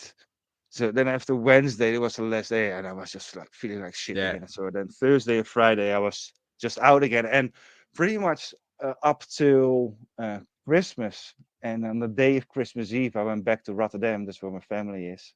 Oh yeah. So I went back and I did Christmas shopping, which was a mistake. Economically, it's not going bad in Rotterdam. Man, it was busy. Oh, everything was sold out. All the Lego was sold out. Like, oh no. Yeah, the Lego, not the Lego. Not the Lego. No. No, everything was sold out, but also like little bottles of liquor, you know, for the dad. Yeah. That was sold out. Everything was sold out. It was just fucking crazy. And it was so busy. And then I started feeling ill again. And then I went to my parents' house, had some good food. And then the next day I was feeling all right. So that was the Christmas day was the first day I kind of felt okay. So then we did celebrate Christmas at my brother's place with his children. He's the youngest is 6, he's turning 7, and the girl's 9, so a boy and a girl. Girl's 9. Nice. So that's really that's a lot of fun, right? That's a lot of fun. And then me, my dad, and my brother, we drink 2 bottles of whiskey, and I did 1.5, so I was fucked up again. Excellent. Well, there you go. My Christmas. Oh, by the way, Happy New Year to everyone. By the way, Happy New Year to you guys. Happy New Year as well. So, well, it sounds it's good that you actually survived and actually made it 2 New Years. Yeah. So now I'm finally back in Web V again. So I will just be regular showing again because this is my favorite space, man. In the whole of internet, not only on Twitter. I love this space. Excellent. Oh, we're happy to have you back, and it's glad to hear the. First of all, you did survive, so congratulations, and that you're on the mend as well. Yeah, it sounds like you had something similar to what I had because I was very similar. Like I was fine. On Christmas, come Boxing Day, I was just wiped out. Just like didn't leave my bed for 2 days. And same thing, like just slept like over 36 hours, which is like not like me at all. And but on the mend now, it's good. Is good to see you back on your feet. And interesting to know. Have you had a chance to pick up anything in the market at all on VeVe? So you've been catching up on your comic book readings. Well, no, I'm behind. I am 3-4 months behind on all my comics. I know what's going on. I know what's going on in the X-Men world, of course. For the people who don't know, I've a colleague who had a stroke, so I had to take all his shifts and all his work, and he's doing a lot better now. Thankfully, he's going back. He's doing 2 times a week, 2-3 hours. Just a little bit, mainly drinking coffee and that sort of stuff, right? So. But yeah, man, and he's my friend, and he was oh man, he came in and he was just out of it, I was like, this motherfucker is stoned, he's high, right? That's what it looked like, and then it's like his name is Bet or Bert, and I was like, okay, Bert, how's it going on, man? And then he's like, yeah, I took a wrong sleeping pill. Well, oh no, his wife has really strong sleeping pills. That has happened before, right? I was like, dude, you have no idea in what stage you're in. So I said, yeah, I know, he was fucked up. I sent him home after, and he's like, okay, I'm going home. It's like, yeah, but not now. You're going to drink some coffee. because he couldn't drive a car. So we waited for 2 hours, and it's like, all right, man. It's like we keep this between us. I'm Yeah. gonna close today and everything, and Yeah. I'll cover you, and then I will see you Wednesday, because that Tuesday I didn't have to work, but I was like, no, he's fucked up. So I call a manager who's also a friend. It's like, Yeah. this is Just not said. going well. This is wrong. There's something wrong. And he's like, all right, I'm coming Tuesday, and now I will check things out. And was it Wednesday? I'm not sure anymore. Anyway, it's a long time Yeah. ago. Yeah. Yeah, and so normally they leave me alone on my off days because I get pissed off. You're only going to call me on my off days if there's something really horribly wrong. Yep. So he sent me a text that this manager mate of mine is like, "Hey, sorry to send you a text, but Bert is fucked. I'm going to take it to the doctor." It's like, I was like, "Ah, shit, man." Then it's a stroke, because I already had it in my in the back of my head. It's like, oh man, because you just start to replaying it. Like, it's like he was really fucked up. Maybe something more. And Yeah. then I figured things out. I think he had this a stroke on Saturday to Sunday. So he was walking with it for 3-4 days, and he All came right. in. Yeah, so my buddy said, yeah, he came in. He was just like covered in spit, and so he was getting worse, and he couldn't open his phone, and he was just gone. So he Like, took yeah, right. so he took it to a doctor, and the doctor was like, yeah, go to your own doctor tomorrow or something, whatever. And then he went to his own doctor, and by this time it was already Thursday.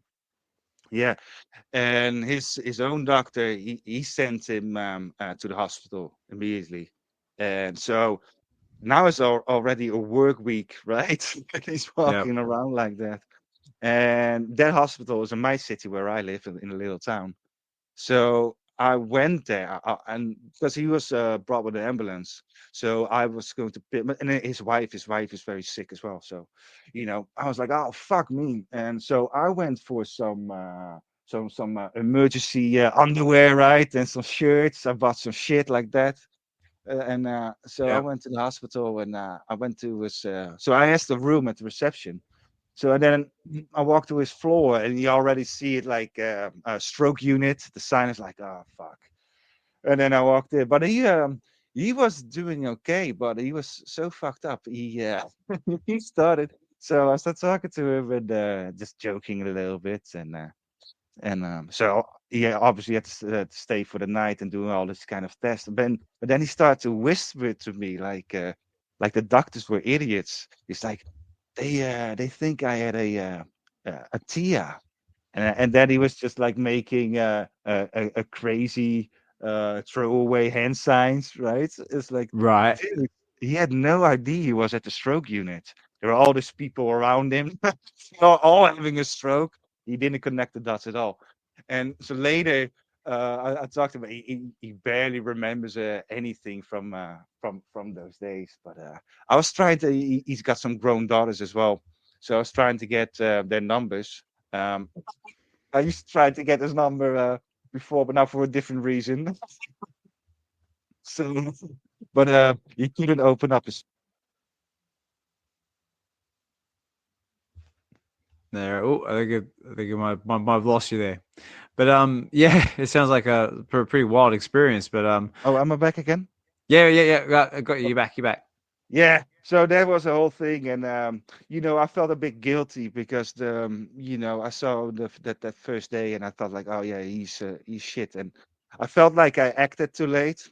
Uh, but on the other hand, I was also the only one who acted, and I was because of me. Eventually, he went to the hospital, and now Yeah. everything seems to be getting better. So yeah. So no, I haven't read a lot of comics lately. No, because you've been a teeny bit preoccupied. But I mean, it's good that you got that you like. It's good that you did the right thing. You got your mate to get medical help that he needed, and Yeah. But as of he is on the mend now, so that's good.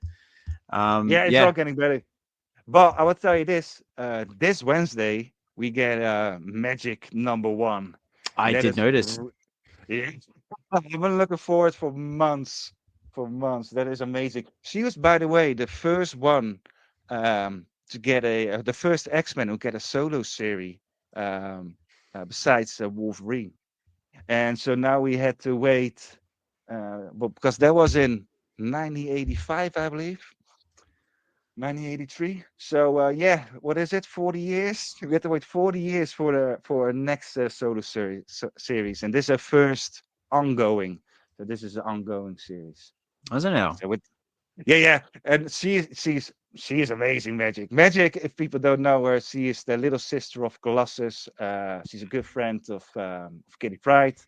She's a member of the New Mutants. I believe it's she joined in New Mutants number 13, I believe, and I think it's New Mutants number 18 when the first time she's called Magik. And that's also the thing. I was telling to VeVe Comics as well. I was like, yeah, but what is her first appearance? Is it that one, or is it when they call her Magik, or is it Giant Size X-Men #1? Because she's in it. When they picking up Colossus, he's with his sister. Yana is a critical part of. Yeah. She is. So she's like a really big part of the X-Men, and so for her, she was like a young girl, and then she suddenly disappeared. So all the X-Men were just standing there in the living room of their their school, and then it was just a hole appeared, and she was sucked into it, and they immediately grabbed her, and she was about, I would say, 7 years old.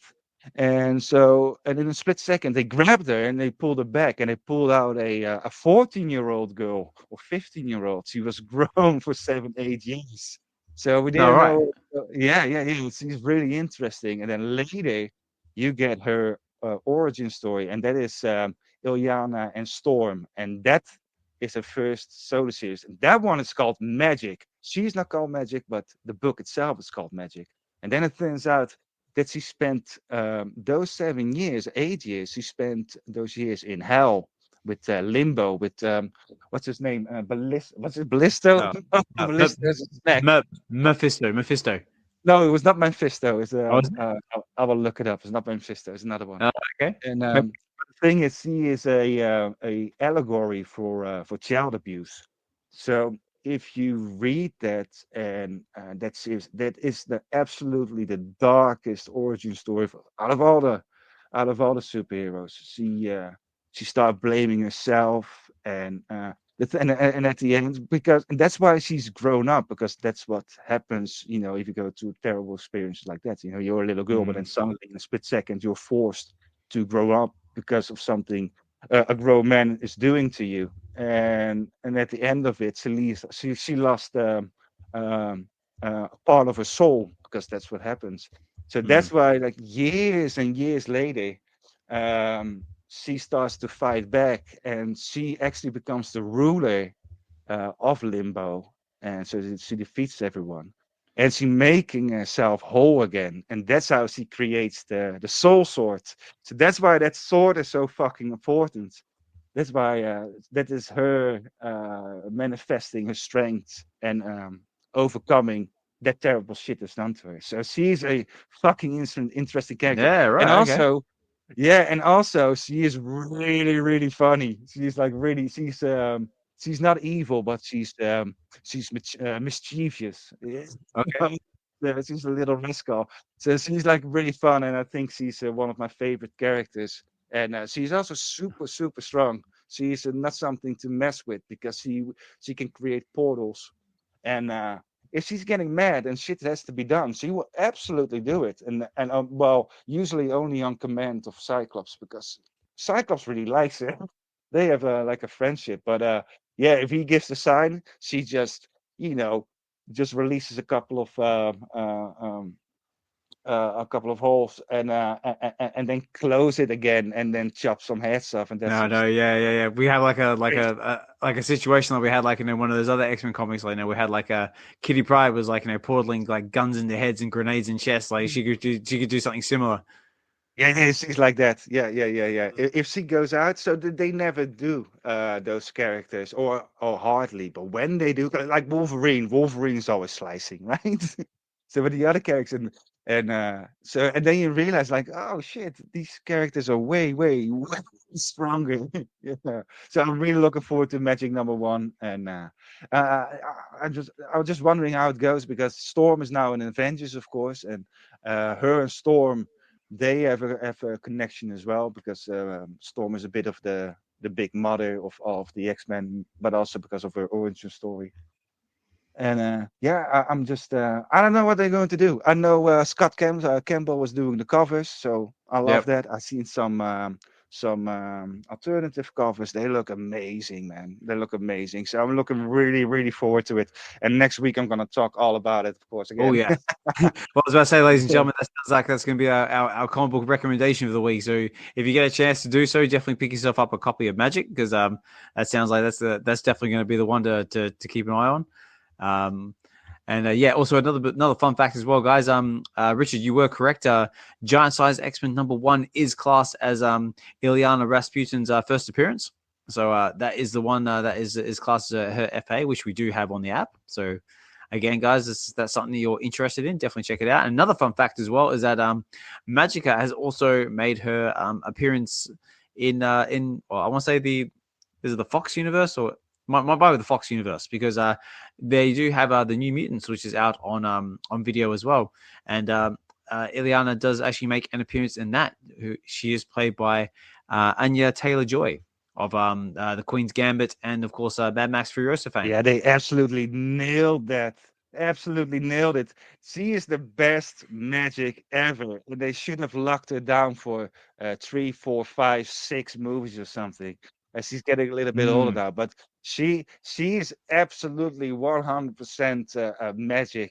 The movie itself is shit, but the thing is, the thing is, it was in development hell, because when it started, they wanted to make a horror movie, New Mutants horror movie. That's right. Yeah. That's right. So then it came out, the trailers came out, but then they started to do it a bit like no more superhero stuff. So you get a sort of mix match kind of thing. So then it became a sort of young adult kind of horror thing. And then all the fans were like, hey, what are you guys doing? You promised us horror. And then they went sort of back to it. And then Fox got bought by Disney, and they shelved that movie. I think New Mutants is the last Fox Universe movie. I'm not sure of that, but because and they finished filming, and then it took another 3-4 years before they released it. And I would say this about this movie. I watched it, and then I thought, like, if I look at New Mutants and that sort of stuff, yeah, then I'll say shit. But I was expecting a way, way worse movie than it actually was. It's actually a nice movie. It's okay. It's like a Sunday afternoon movie. If you're just lazy and you just want to watch something, you don't want to think about it, just put it on. It's okay. It's cool. And she has some good scenes as Magik. So for a little preparation for the new comic, it's not a bad watch, man. It's not a bad watch. I mean, the third act, it's kind of cool, man. And Lockheed is in that movie, man. Lockheed. That's true. Yep, that's right. Because it is the thing. Kitty Pryde can use the Soul Sword, and Magik can have a connection with Lockheed as well, because they are so close to each other. So that is pretty cool. There's not a lot of people. She can use the Soul Sword, and she can use Lockheed. So Lockheed is in the movie with Magik instead of Kitty. But and they've done it really cool. Seeing Lockheed, on the screen, that is awesome, man. That is awesome. So yeah, it's an okay movie. I give it a 6. Give it a 6. There you go, ladies and gentlemen. Richard has given it the 6, a 6 out of 10. I'm guessing 6 out of 10. We'll call it X's, like X for X-Men. I don't know, but Hinano goes hand up, and then I'm gonna have to welcome Casual to the stage, because Casual sort of snuck in while we were talking as well. But Hinano, do you want to go first? And then we'll welcome Casual to the stage. Yeah, I agree. That's definitely a 6. It's a Sunday watch movie. I enjoyed it as well. So I agree with you, Exhibition. But I got to run. Both Dee and I have a baby shower we got to head to. So I just want to say thanks for the space, you guys. And it's always a pleasure coming up here to go talk with you guys. I've been having Web V withdrawals, so it's good to have you guys back. Richard, Casual, Seven, Mr. Tree Man, Josh, Oz, and everyone else down below. Have a great day. Yeah, you too, mate. Happy New Year, guys. Happy New Year. Enjoy your baby shower. So hopefully there's not 100,000 kids running around, but have a good one. And Casual's up to the stage. Casual, how are you, sir? Hello, my friend. How are you? I'm doing all right, thank you, Casual. How are you, mate? I'm doing all right. Nice. I like it. Yeah. First of all, is there a VeVe giveaway this space? No, there is not. But have you got one? There could be. No, but I wanted to say, because there's not a giveaway, extra shout out to everyone in the space for showing up. Even though there's not a giveaway, that is super important to still show up. Like I'm seeing it in spaces where people aren't showing up now when there's not giveaways. So those who show up, man, these are the real ones. So much love to you guys. Take note of who's not here, though. And that's just me being a jerk. But love you guys. Love the space. And Magik is cool. I've been playing her a little bit in the game Marvel Rivals. I suck with her, but yes. Just so beautiful to see these characters come to life in 3D in this game. And I don't have much to add about her, but I don't know if you guys mentioned the Marvel Rivals variant covers that are dropping. I don't know if they're going to come out on VeVe or not, but I this isn't financial advice, but I would suggest grabbing those in the physical world because that game's not going anywhere. And long term, people are going to want to have those slabs on their walls. And even I'm looking at characters different now because of this game. I'm very bullish on everything that's coming out of Marvel Rivals. 100%. I second everything that you just said there. And I also want to say, Richard, I always appreciate you having you in the spaces, man, because the things you were just kind of explaining there were awesome to hear about. Like I didn't know anything about Magik. I never heard about her. First time I ever heard about her was in Rivals. So like knowing that she's been around, since like, what'd you say, 85? That's crazy. I had no idea this stuff. Yeah, well, there you go. Well, it's like we said before, like her first appearance is Giant Size X-Men #1, which we've actually got that on the app itself. So yeah, so she's been around for a bit, but yeah, I definitely second that. Both about Marvel Rivals and Richard jumping in the spaces as well. Like it's always great having Richard in the space with a breath of fresh air and his comic book knowledge, enlighten us on characters that we may not be familiar with, comic titles that we may not be familiar with either, and it's just so it's a nice breath of fresh air and just something for us to look forward to because it looks like Magik's going to be the one. And as for Marvel Rivals, I mean, I got to try and check this out myself because like I'm seeing it pop up left, right, and center as well. It seems like the new Fortnite, I guess you could say, but the Marvel version. I don't know. It's well, okay. So for those who don't know, there's actually a collecting aspect to the game. So they have what's called gallery cards where you can collect a certain number of gallery cards per season, and each gallery card fills out a panel in a comic book. So by the end of the season, you can pretty much collect like the full book.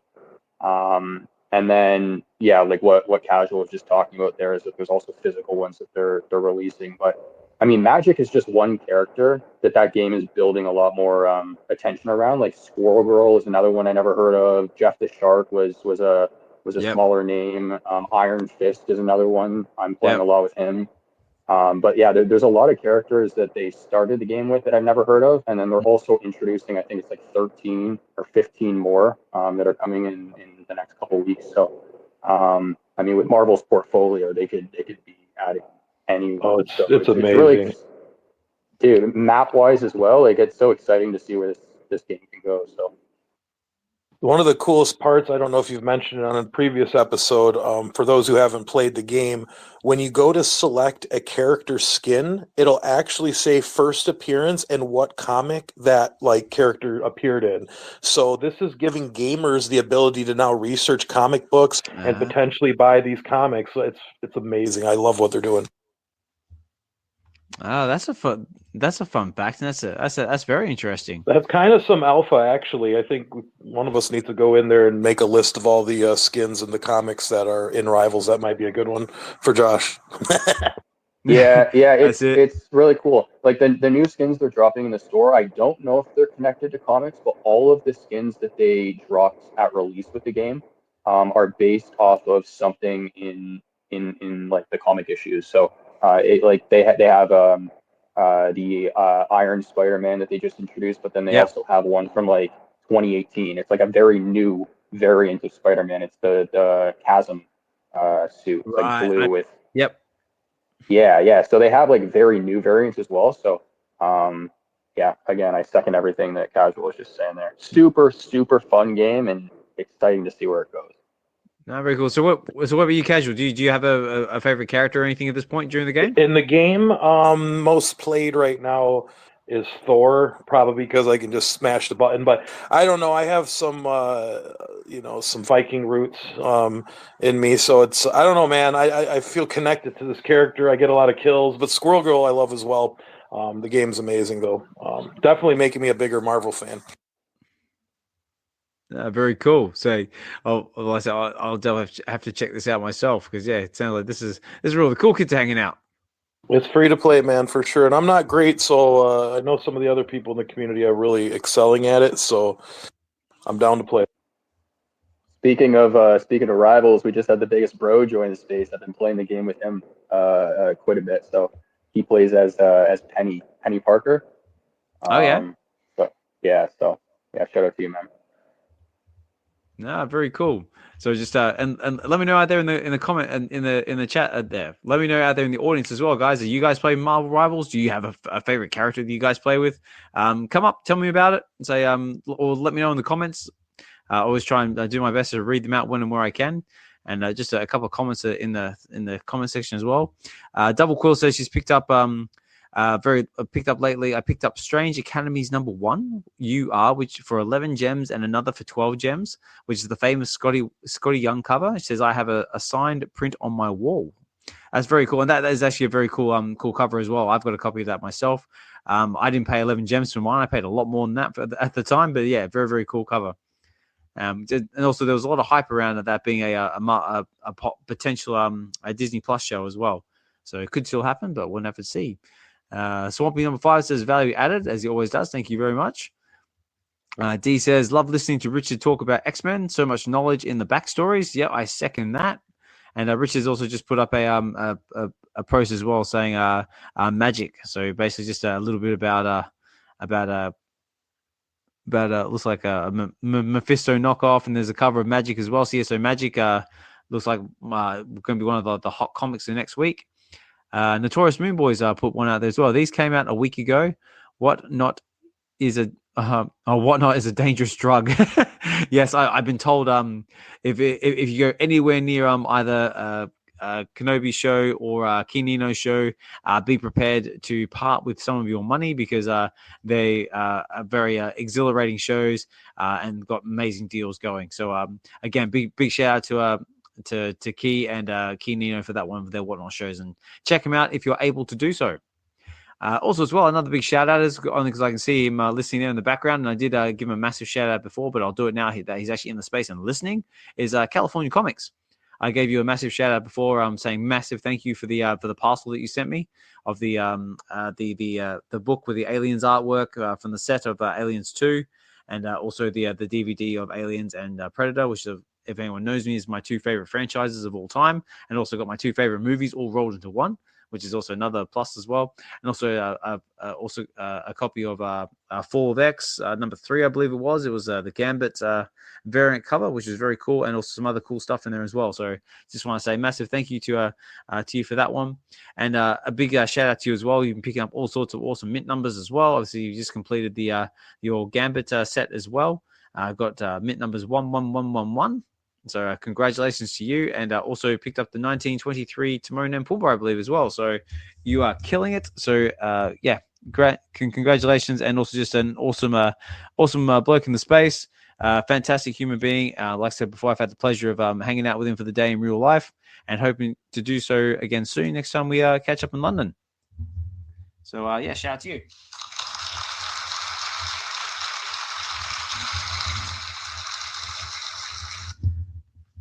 And yeah, all right, guys. So I've got about 10 minutes or so before I got to start wrapping up the space. But what have we got here?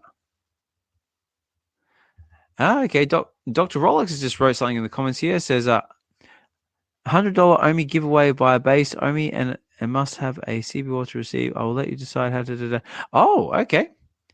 Oh wow. Okay. Dr. Rolex. Also shout out to Dr. Rolex as well. If you haven't checked out his appearance on the Collectors Hub with Mains from last Saturday, definitely check it out.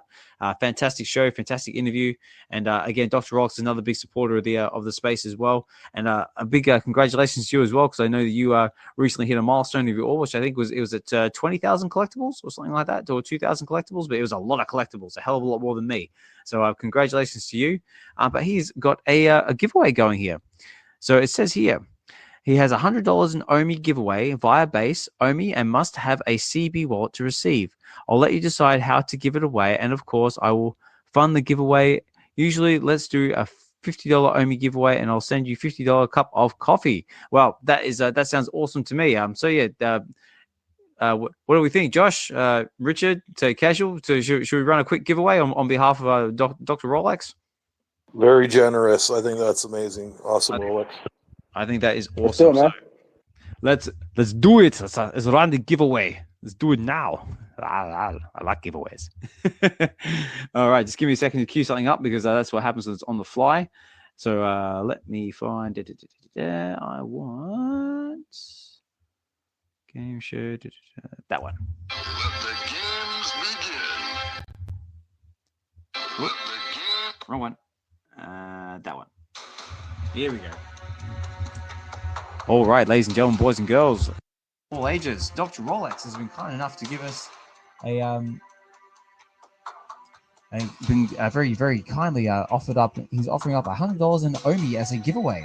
And as I quickly work on the fly to try and make this happen, bear with me a second. Let's do Here, while you're doing that, can I gotta ask Richard this question now, because Viva put it in the comments. Absolutely. Go for it. Oh, hang on. I lost it. Where'd it go? Oh, he says, ask Richard about Gambit being his favorite Disney princess. What is this about? Oh yeah, and also I believe that post also got a special retweet from me, so from a certain someone else, if I remember right. Yeah, man.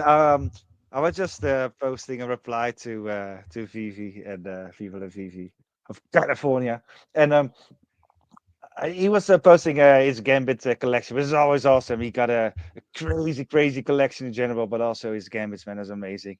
And I just did a throwaway reply like, he's my favorite Disney princess. Gambit is my favorite Disney princess. And then, I woke up this morning and I saw all these likes, and I was like, who's liking my post? I never get likes.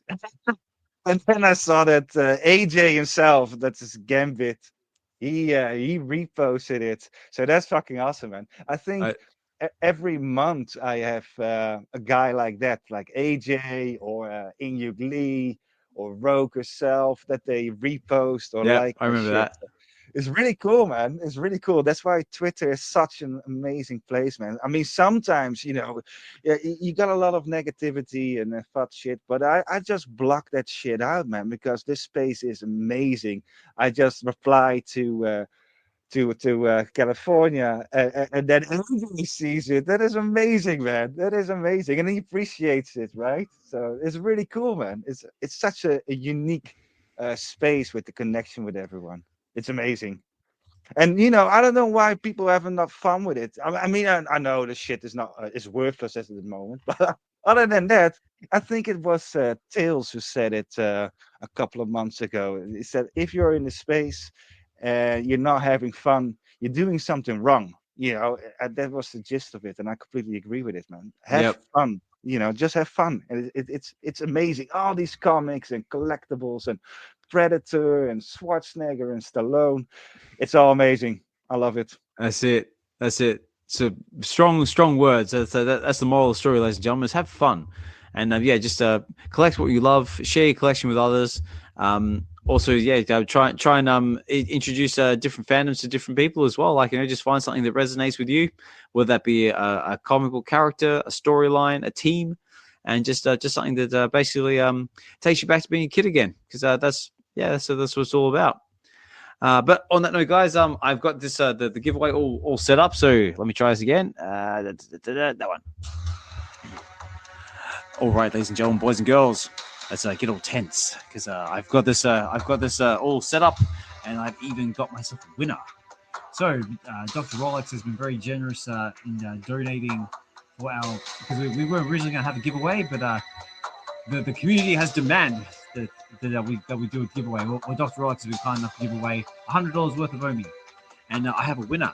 So, like I said, the only requirement is that you must have I believe a Coinbase wallet to receive it, because it is base OMI. So, ladies and gentlemen, without further ado, my winner is, if I can find my correct sound effect, that one. The winner of $100 worth of OMI, base OMI, by the way, is none other than, wait for it, is none other than Mahalo Joe.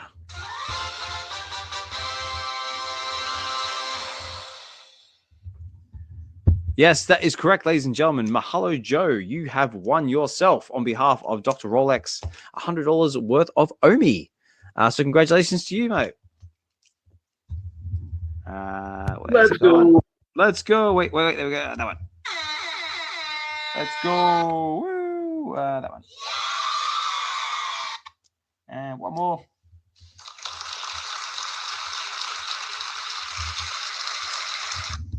So that's very, very cool. So yeah, again, big thank you to Dr. Rolex for making that happen.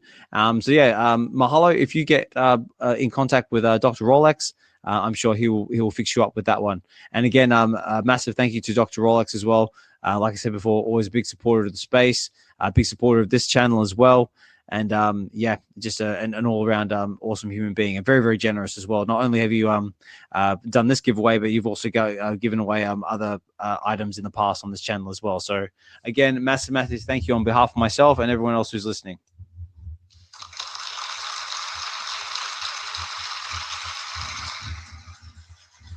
And of course, thank you very much for the coffee as well. So, but much appreciated, guys. And Happy New Year as well. Hopefully, you had a fantastic New Year and Christmas and all that jazz with your loved ones and friends.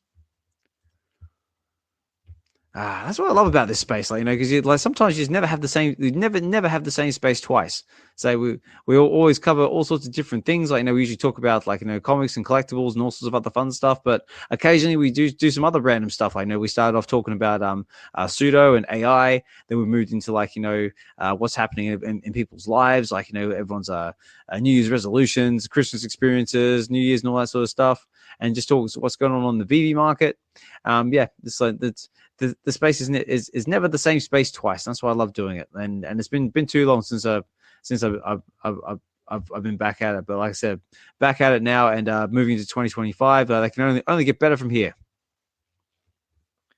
Oz, I have a question. I feel like we had a talk about VeVe doing the Christmas trees, like they should do the Christmas trees in a past space. And maybe it wasn't Web V, but I think it was. Do you remember?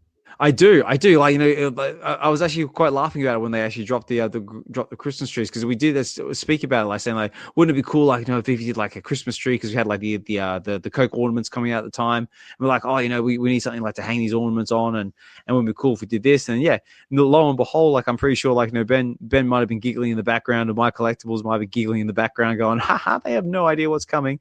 And then lo and behold, beforehand. I'm thinking even earlier, 3 or 4 months ago. Oh, really? Yeah, I was in a space and I remember specifically talking about it. So I'm just curious, because I know they listen, but it's just cool that they are doing things like that. Yeah, well, there you go. Could they possibly be actually listening to our spaces and actually taking what we say on board? Could I possibly get that Predator collectible that I've been screaming to the roof for the last couple of months? Who knows? Hopefully we do. But I was quite surprised. I reckon it was cool they did it as an airdrop, though. I reckon that was a very nice little surprise, to do that for everybody. And it was cool, seeing how everybody decorate their trees. We had all the VeVe collectibles. We also had all the fiches as well from Brock's project as well. Very, very, very cool to see. All right. So so if there wasn't anything else that anybody else wanted to cover, what I'm going to do is I'm going to go over the coming comic book drops, because I think that's all we've got in the pipeline for this week. I don't think we've got any collectibles at this point, but we've got two comic books on the horizon, so we'll go through them real quick. And then I've got to start wrapping up the space, because unfortunately it is coming up on 10:30 at night here in the UK. And if I stretch it too far past that, I run the risk of getting angry text messages from my family upstairs, because they're trying to sleep. And I have a tendency to make too much noise and get too passionate when I make these spaces. But, that's what I do. But Josh, casual Xhibition. Was there anything else, guys, wanted to cover before we move on? Well, I hit the ultra rare on the Maserati. I'm happy about that. That's the only thing I'm really celebrating. Yeah, so. No, very, very cool. And that is a beautiful car as well. Like, you know, I particularly like the color. The blue is very nice. I think everyone's focusing on the SE being so scarce, but the UR is pretty dang scarce too, especially when you look back where we came from. Yeah, definitely. I think it was like 414 editions on that one. Yep. Not financial advice. No, definitely not. All right, Josh, Richard, did you guys have anything else you wanted to cover before I move on to the coming comic books that we got coming next week or this week? Nah. Well, you guys were talking about Marvel Rivals, so that was really cool. I do have a new laptop, but I think if I list the specs that Josh is going to get a heart attack. But the thing is, I play Paradox games, so I need a high single core right clock speed. So I got an i3. I got a laptop for €375, which is super cheap. It's an Asus VivaBook, and it does everything I need. So, and I'm on it now. I'm just messing around with the sound a bit, but it's an amazing laptop, man. But yeah, no, it cannot handle Magik of Magic Rivals. It doesn't handle Magic Rivals. But it does do Marvel Snap. So I've been addicted again. And I noticed on Steam that we're getting Marvel Contest of Champions is coming to Steam in a couple of months, I think. Okay. And that game, I spent hundreds and hundreds of euros on it, possible in the thousands. I was addicted to that game. That game is amazing. It's already from 2014 and still going strong. It's an amazing game. It's just a fighter game. You just have to tap. It's very simple, but they created something fantastic. And you can play with all your favorite Marvel characters and the X-Men characters, of course. And it's coming to Steam, and then you can play with a controller. So then I'm gonna dust off that old account of mine, and then I'm gonna start playing again. And I'm not gonna spend money this time. I'm not going to do it. I only buy the season pass of Marvel Snaps, and that will be it. So yeah, that's the games I've been playing lately. But I will say my laptop. I never played really games. I did those mobile games, and I played a bit of World of Warships and that sort of stuff. But I'm not really a gamer. But I bought you got a Steam discount in the winter. I think it just finished, but I bought Witcher 3 because my laptop can handle that. Ooh. Yeah. And I got the Batman. I got them all. I got Arkham Asylum. What is it? Oh, dude, if your laptop can handle those games, it can handle Overwatch easy. Oh yeah, I don't know what Overwatch is. What is Overwatch? Or sorry, not Overwatch, Marvel Rivals. No. Sorry, Marvel Rivals, you need a graphics card for it. I don't have a graphics card. I play with integrated. Right. Oh, I did not know that. I was thinking if your system can handle Witcher 3, I mean that's No, the thing is, that's a pretty heavy game. Yeah. Well, yeah. It's not heavy, but you need a graphics card for it. You need I think a 1060, and then it should be good. But well, I play CPU heavy games like Paradox games, and so that's why I'm able to buy a cheap one. And it's a whole laptop, so you got including a keyboard, you got the webcam, the screen, everything, man. So that is. It's so cheap these days. And I remember 10 years ago, I did a PC build. I ordered it, and I was, I look at it for a week, and then I forget all the specs because I think the hardware is. Oh, you know what I did? So it had 8 gigs of RAM, which I thought was mind blowing already, which isn't. It was like, 8 gigs. And, I was like, oh no, you need to have at least 16 now these days. And so I added a stick to it. So I opened it up, and then I added one, and it's only $17 for 8 gigs, man. It's 3200 frequency. So that is really awesome. So I opened it. It took me like a half an hour. I never opened a computer before, so all the hardware and that sort of stuff. I was really nervous, man, because I thought like, oh, I'm gonna touch the motherboard and then I fuck it up and then I can throw it away. It's gonna go like fizz. This is gonna go fizz and then like be like, well, that sucks. Yeah, and I was like, oh, I did disconnect the battery so I don't get my fatty, oily fingers on those transistors or whatever they are called. Yeah. And then, but I did it, man. I just took my time and I took it out, and it is once you've done it, it is as easy as just doing an SD card in your phone or a SIM card in your phone. Seriously, it's that easy. It's got more steps, but it is that easy. So if anyone is going to buy a computer or a laptop in the future, make sure it's upgradable with the RAM, so you can, at least get it to 32 in the future, because it's going to be important. If you want to play some even light gaming, you're gonna need some RAM, because I think Windows is already taking 8 gigs of RAM. So yeah, that is my computer adventure. No, very cool.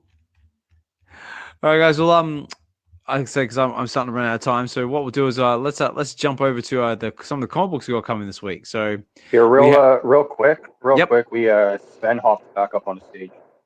Oh yeah, Sven, yeah.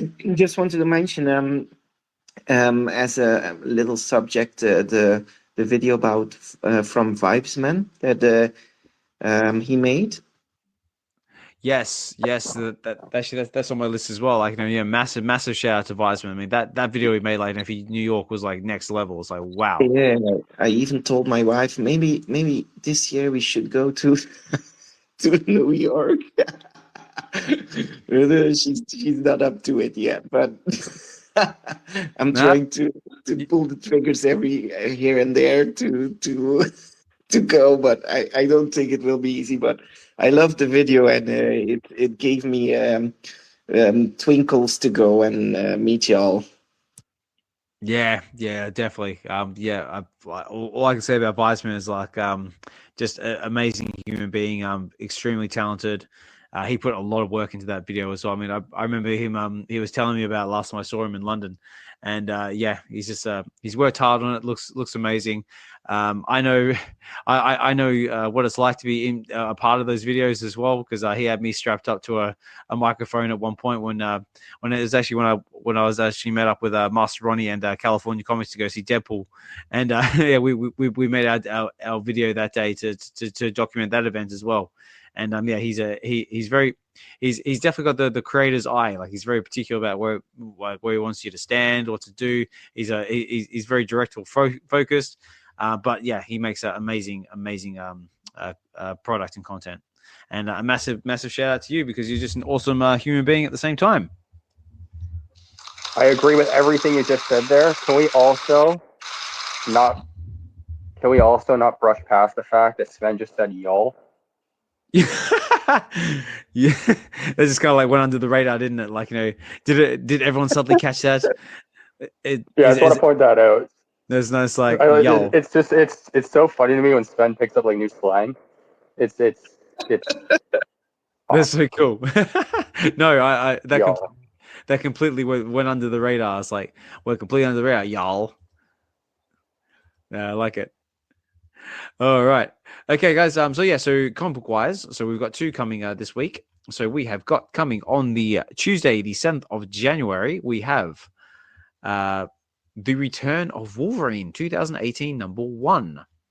So what this is, it says here, so it's very, very, very short. It says Return of Wolverine #1 2018.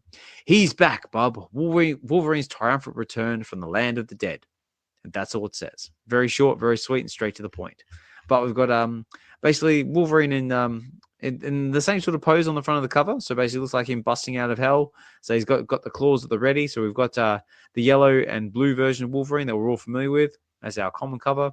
Uncommon is basically the same, but it's black and white with Wolverine in color in front and center. Our rare is Wolverine as a patch, and same pose. So it looks very cool. Our ultra rare that was a bit different. I'm guessing it's a Scotty Young variant. ESV. Yep, a Scotty Young variant with with a Wolverine there, and also looks like Iceman as well. Iceman's kind of like pointing at him. Wolverine's kind of like trying to blow his claws out by the looks of it because they're all on fire. But you know, I don't think it's going to work out too well for him. And our secret rare is Age of Apocalypse Wolverine. So looking extremely hairy there with the massive mane and the one arm. Looks okay. $6.99 price point, and it is a 3,000 edition comic. How do we feel about this comic, guys? Do we want to go for it on the drop? Do we care? So I think it looks cool because it's Wolverine, but I personally probably will be skipping this one. What about you guys? Skip. Yep. So like we agree. Skip. I don't think I went for a drop in a long time, man. I'm just started to think when it's the last time I went for a comic on blue VeVe. I have no idea. Because all the big ones are pretty much out, aren't they? So we're just waiting for the couple of cool ones. Still has to come out. Captain America 1, of course. Yeah. I think Captain America is probably the big one that everyone's still waiting for. Whether we get it or not, we'll see because it's got that controversial cover, but you never know. I think it's coming. And then you got a couple of, like the level of Apocalypse, that sort of thing. And so I'm more shifting to VeVe Comics green. Yeah. Yeah.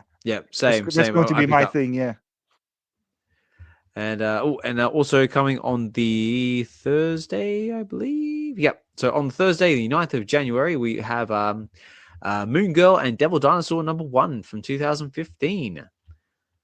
So I thought this was an interesting choice because though I think Moon Girl's getting a little bit more popular because I think she's in some of the Disney shows as well, and she did have a TV show at one point, but I think it got cancelled. But could she be making a resurgence? Who knows? But it doesn't seem like we've got any ultra rare or exclusive covers. Same with the other one. There were no exclusive covers on that one, but it says here Moon Girl and Devil Dinosaur 2015 #1. The first appearance of Moon Girl, Lunella Lafayette, hopefully I said that right, is a preteen super genius who wants to change the world, but learn the hard way that it takes more than just big brains. Fearful of the monstrous inhuman gene inside of her. Oh, okay, so she's inhuman. Inside of her, life is turned upside down when a savage red-scaled tyrant is teleported from prehistoric past to a far-flung future we call today. The pair are many things, and together, the most amazing Marvel team-up. So, very, very cool. So, let's have a look here. So, $6.99 editions, 3,000. $6.99 price point, 3,000 editions. And the cover's looking very cool. So we've got Devil Dinosaur and Moon Girl on the front cover of our common, uncommon, our ultra rare, and our secret rare, and just got Moon Girl by herself just on the rare here. But again, I'm probably not going to go for this one on the drop. I'll definitely pay attention to it in the market. If it gets close to a gem, maybe I'll pick up a common just for something to read. But what about you, Josh? Xhibition, you guys are interested in this comic at all? Do we care, or is it going to be another skip? No, I think I'm gonna skip, but I care for it because in Marvel Snap, you got a dedicated deck to Devil Dinosaur, and also Devil Dinosaur. If I'm not mistaken, I think Jack Kirby himself made him. I think Devil Dinosaur's origin is in a different dimension, so not Earth 16, but another Earth, and then later, or Moon Girl lives there. I don't know because. And I think that Devil Dinosaur, he has sort of a psychic connection. So he has a rider like something, and then now Moon Girl is the new rider. So he's it's a bit more to it than first meets the eye. But then again, I only have half the knowledge about him. But yeah, he's I think he's from a different kind of Earth. And I think Jack Kirby made him. I'm pretty sure about that. Yeah, well, I'm just looking at the details now, like just doing a quick look on Go Collect. But yeah, it says the writer was because I know we've got Devil Dinosaur #1 on the app, which is the first appearance of Devil Dinosaur. But that was written by Jack Kirby. Editor was Jack Kirby. He did some of the artwork as well. Yeah. So he's an interesting character. Yeah, it must have been one of his first. That Marvel said, okay, you can do one by yourself. Yeah, so I'm just seeing if I can't quickly bring up the Wikipedia page just so we have a little bit of a goggle. Let's Let's have a look here. We got the Go Collect. Yeah. Where Wikipedia? Where's it gone?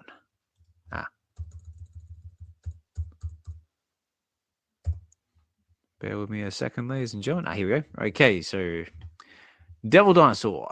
Yeah, it was created by Jack Kirby in 1978. First appearance of Devil Dinosaur. Yeah. I'm just seeing if it says anything here about his powers, because like you're saying, it might be telepathic. Yeah, it says abilities, superhuman strength and durability, and high intelligence. So I don't know about telepath, but he's definitely very, very smart.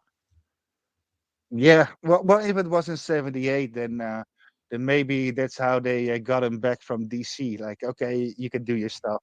And he's like, all right, I'm gonna make dinosaurs now. Yeah, why not? I always wanted to make a dinosaur. That's it. But we're gonna make him red, and we're gonna make him super strong and smart.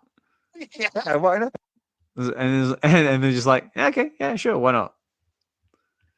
So very cool. So yeah, guys, so that's it. So we got that one. So we got those two coming on Tuesday and Thursday. Right now, I don't think there's any announcements for any collectibles at this point, but you know how VeVe gets. Sometimes they can be a little bit sneaky, so stay tuned for that. And yeah, guys, on that note, that's basically going to conclude what's coming comic book wise on the Marvel side. I'm not sure what's coming on the Dynamite side or anything else on that, so stay tuned for VeVe Comics on that one. But yeah, it looks like we'll definitely have to pay attention to the Magik comic that's coming out, so stay tuned for that. I'm sure there'll be other content creators out there in the space who'll be covering like the drop streams. So make sure you tune into Informant BE's drop streams as well. Make sure you tune into Hinano and D's the Real Uncommon podcast when they cover the comic drops on Wednesdays. Yeah, stay tuned, guys, because we've got some cool stuff on the way. But Josh, Exhibition, did you guys want to add anything before I start closing out the space? Because yeah, I got to start wrapping up before I start getting angry phone calls. Well, it felt really good to talk in the space again. So thanks, everyone, to keep this thing going. It's amazing. Also, by the way, on VeVe Blue, we still are going to get enough significant comic drops. I mean, for X-Men itself, you still need to get, Emma Frost, Kitty Pryde, Hope Summers, Nova. There's still plenty left. So still plenty of exciting stuff left. So, but thanks, everyone, and Happy New Year. Let's make an awesome 2025. Yes, 2025 is going to be an explosive year. So, like, big plans for not only this channel but also the Wednesday space. Also, my own channel, Get to the Comics, as well as a couple of things I want to try and implement that moving into 2025. Yeah, Josh, anything you want to leave us with, mate, before I start closing out? Yeah. First off, I mean, cheers to that. Rich, always awesome to have you in the space as well. So thanks for coming by. And then I mean, a comment that you made not long ago is about how you spent hundreds of euros on that one game. And I was talking with Emoji, and he had kind of suggested that we do a panel with some like gamers talking a little bit more about NFTs and how they kind of connect to that side of things. So tomorrow, I think I'm going to go live. I'm going to kind of recap that one video about how VeVe NFTs are dead. I'm not looking to create drama or go back and forth with the guy, but for any gamers who want to hop on the live stream afterwards and maybe add their thoughts or their opinions, I want to invite Casual. I want to invite Mahalo. Maybe we can, play some rivals on stream as well. And then anybody else who perhaps wants to hop on and kind of add their opinion, just shoot me a DM and we can make it happen. But yeah, I just wanted to kind of add that because I think gamers understand this stuff the best. And I mean, Xhibition said it himself, hundreds of dollars on a game, and you don't own any of the assets. So that's why NFTs work so well. Yeah, yeah, I just wanted to add that. Sorry, mate, for breaking in. Go ahead. Because this week I was getting back into Marvel Snap, and I digged deeper into Marvel Snap. And the reason why people are still there after 2 years is of the collecting aspect, because you can split them and then you can make all these variants up to 6, 10, 100 times, and then you can get like a inked version with a Kirby crackle. People really want that shit, like really spending lots of money. And I'm like, I want that shit too, but it's not an NFT. It's just there, and Marvel Snap is going to stop at some point, and then it's all just gone. So You know what would be really cool if you got something like Marvel Snap on VeVe, but that's a whole another topic. I'll put a pin on that for next week. But a trading card, Oh yeah, a well, trading card game for VeVe would be awesome, man. Awesome. that was a, you never know. Like, we've definitely talked about it in the past. Like, like trading cards, pins, all that sort of stuff. You never know. It could be in the pipeline. And if we're lucky enough to get one of the VeVe team in the space, or maybe be even lucky enough to get Ben in here at some point, we could always ask the question, see if we get any type of reply. Probably not, but it's always worth a go. But yeah, but I'm with you. I would love to see some kind of card game in the works. Or once the comic curator program comes out, maybe we could curate some kind of like community card game or something like that. Kind of like do our own like little community version of like Kid Arcade's like a game or something like that. I don't know, but we'll see. It's going to be a fun time. 2025 is going to be a good year. I can feel it. All right, but on that note, guys, I got to say my good nights, my good evenings, my good mornings, wherever you might be in the world. First of all, happy New Year, guys. Happy 2025. I hope it's been off to a good start for you. And yeah, big thank you for everyone who's taken the time to listen in. Big thank you if you're just tuning in now, if you're catching the playback on YouTube as well. Feel free to please like, comment, subscribe, and all that jazz. Also, donation links are in the description as well if you feel inclined to use them. And also as well, make sure you get out there and support your own preferred content creators as well. If they got links to buy me a coffee, like I know, like myself, Dokta Strange has got one. I think D's got one, the Real Uncommon Podcast, Double Quill, Emoji, O'Milly, and anyone else who's got one and you feel inclined to do so, please use them.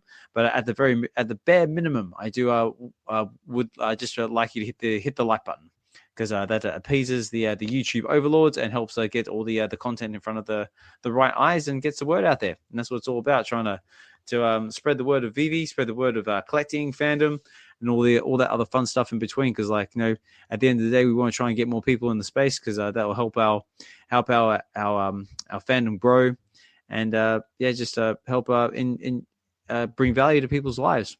Whether that be through physical or digital collecting, introducing somebody to a new character, a new storyline, a new comic, a new artist, or just some other area. And you never know, that might start them off on, they might get one comic might turn to two might turn to three, and et cetera, et cetera. And the next thing you know, you got 6 long boxes full of comics, or you've got all your comics on the convenience of your phone on VeVe. So whichever one might come first, or you might have a bit of both. And again, guys, and also before I forget, a massive thank you to Dr. Rolex as well for that giveaway as well of the $100 of Omi, and congratulations to Mahalo Joe for winning that one as well. So congratulations to both to you for that one.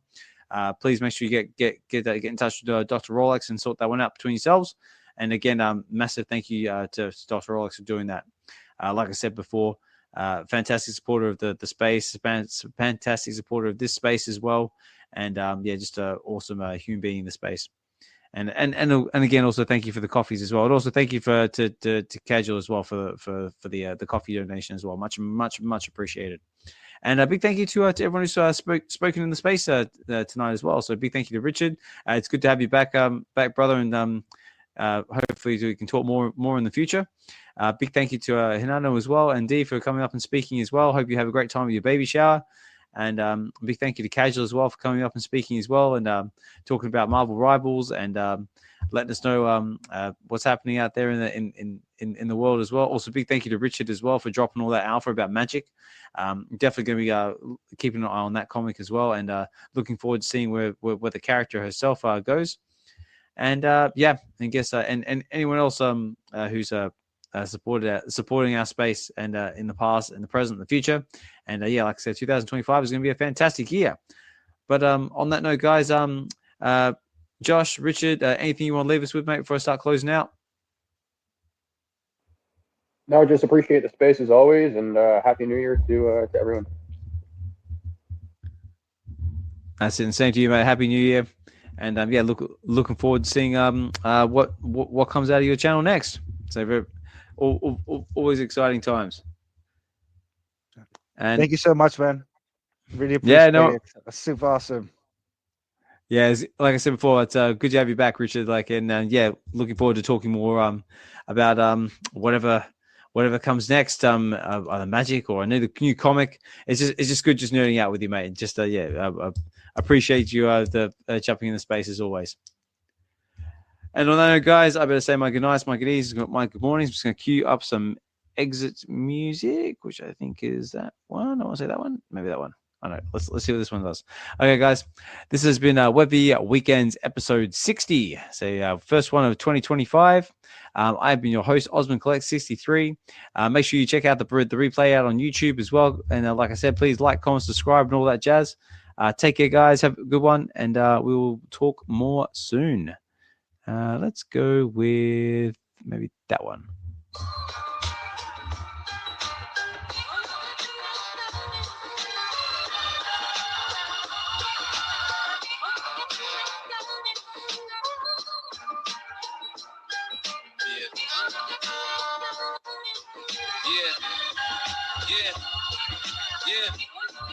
Yeah, Web V Weekends, we connect. Yeah.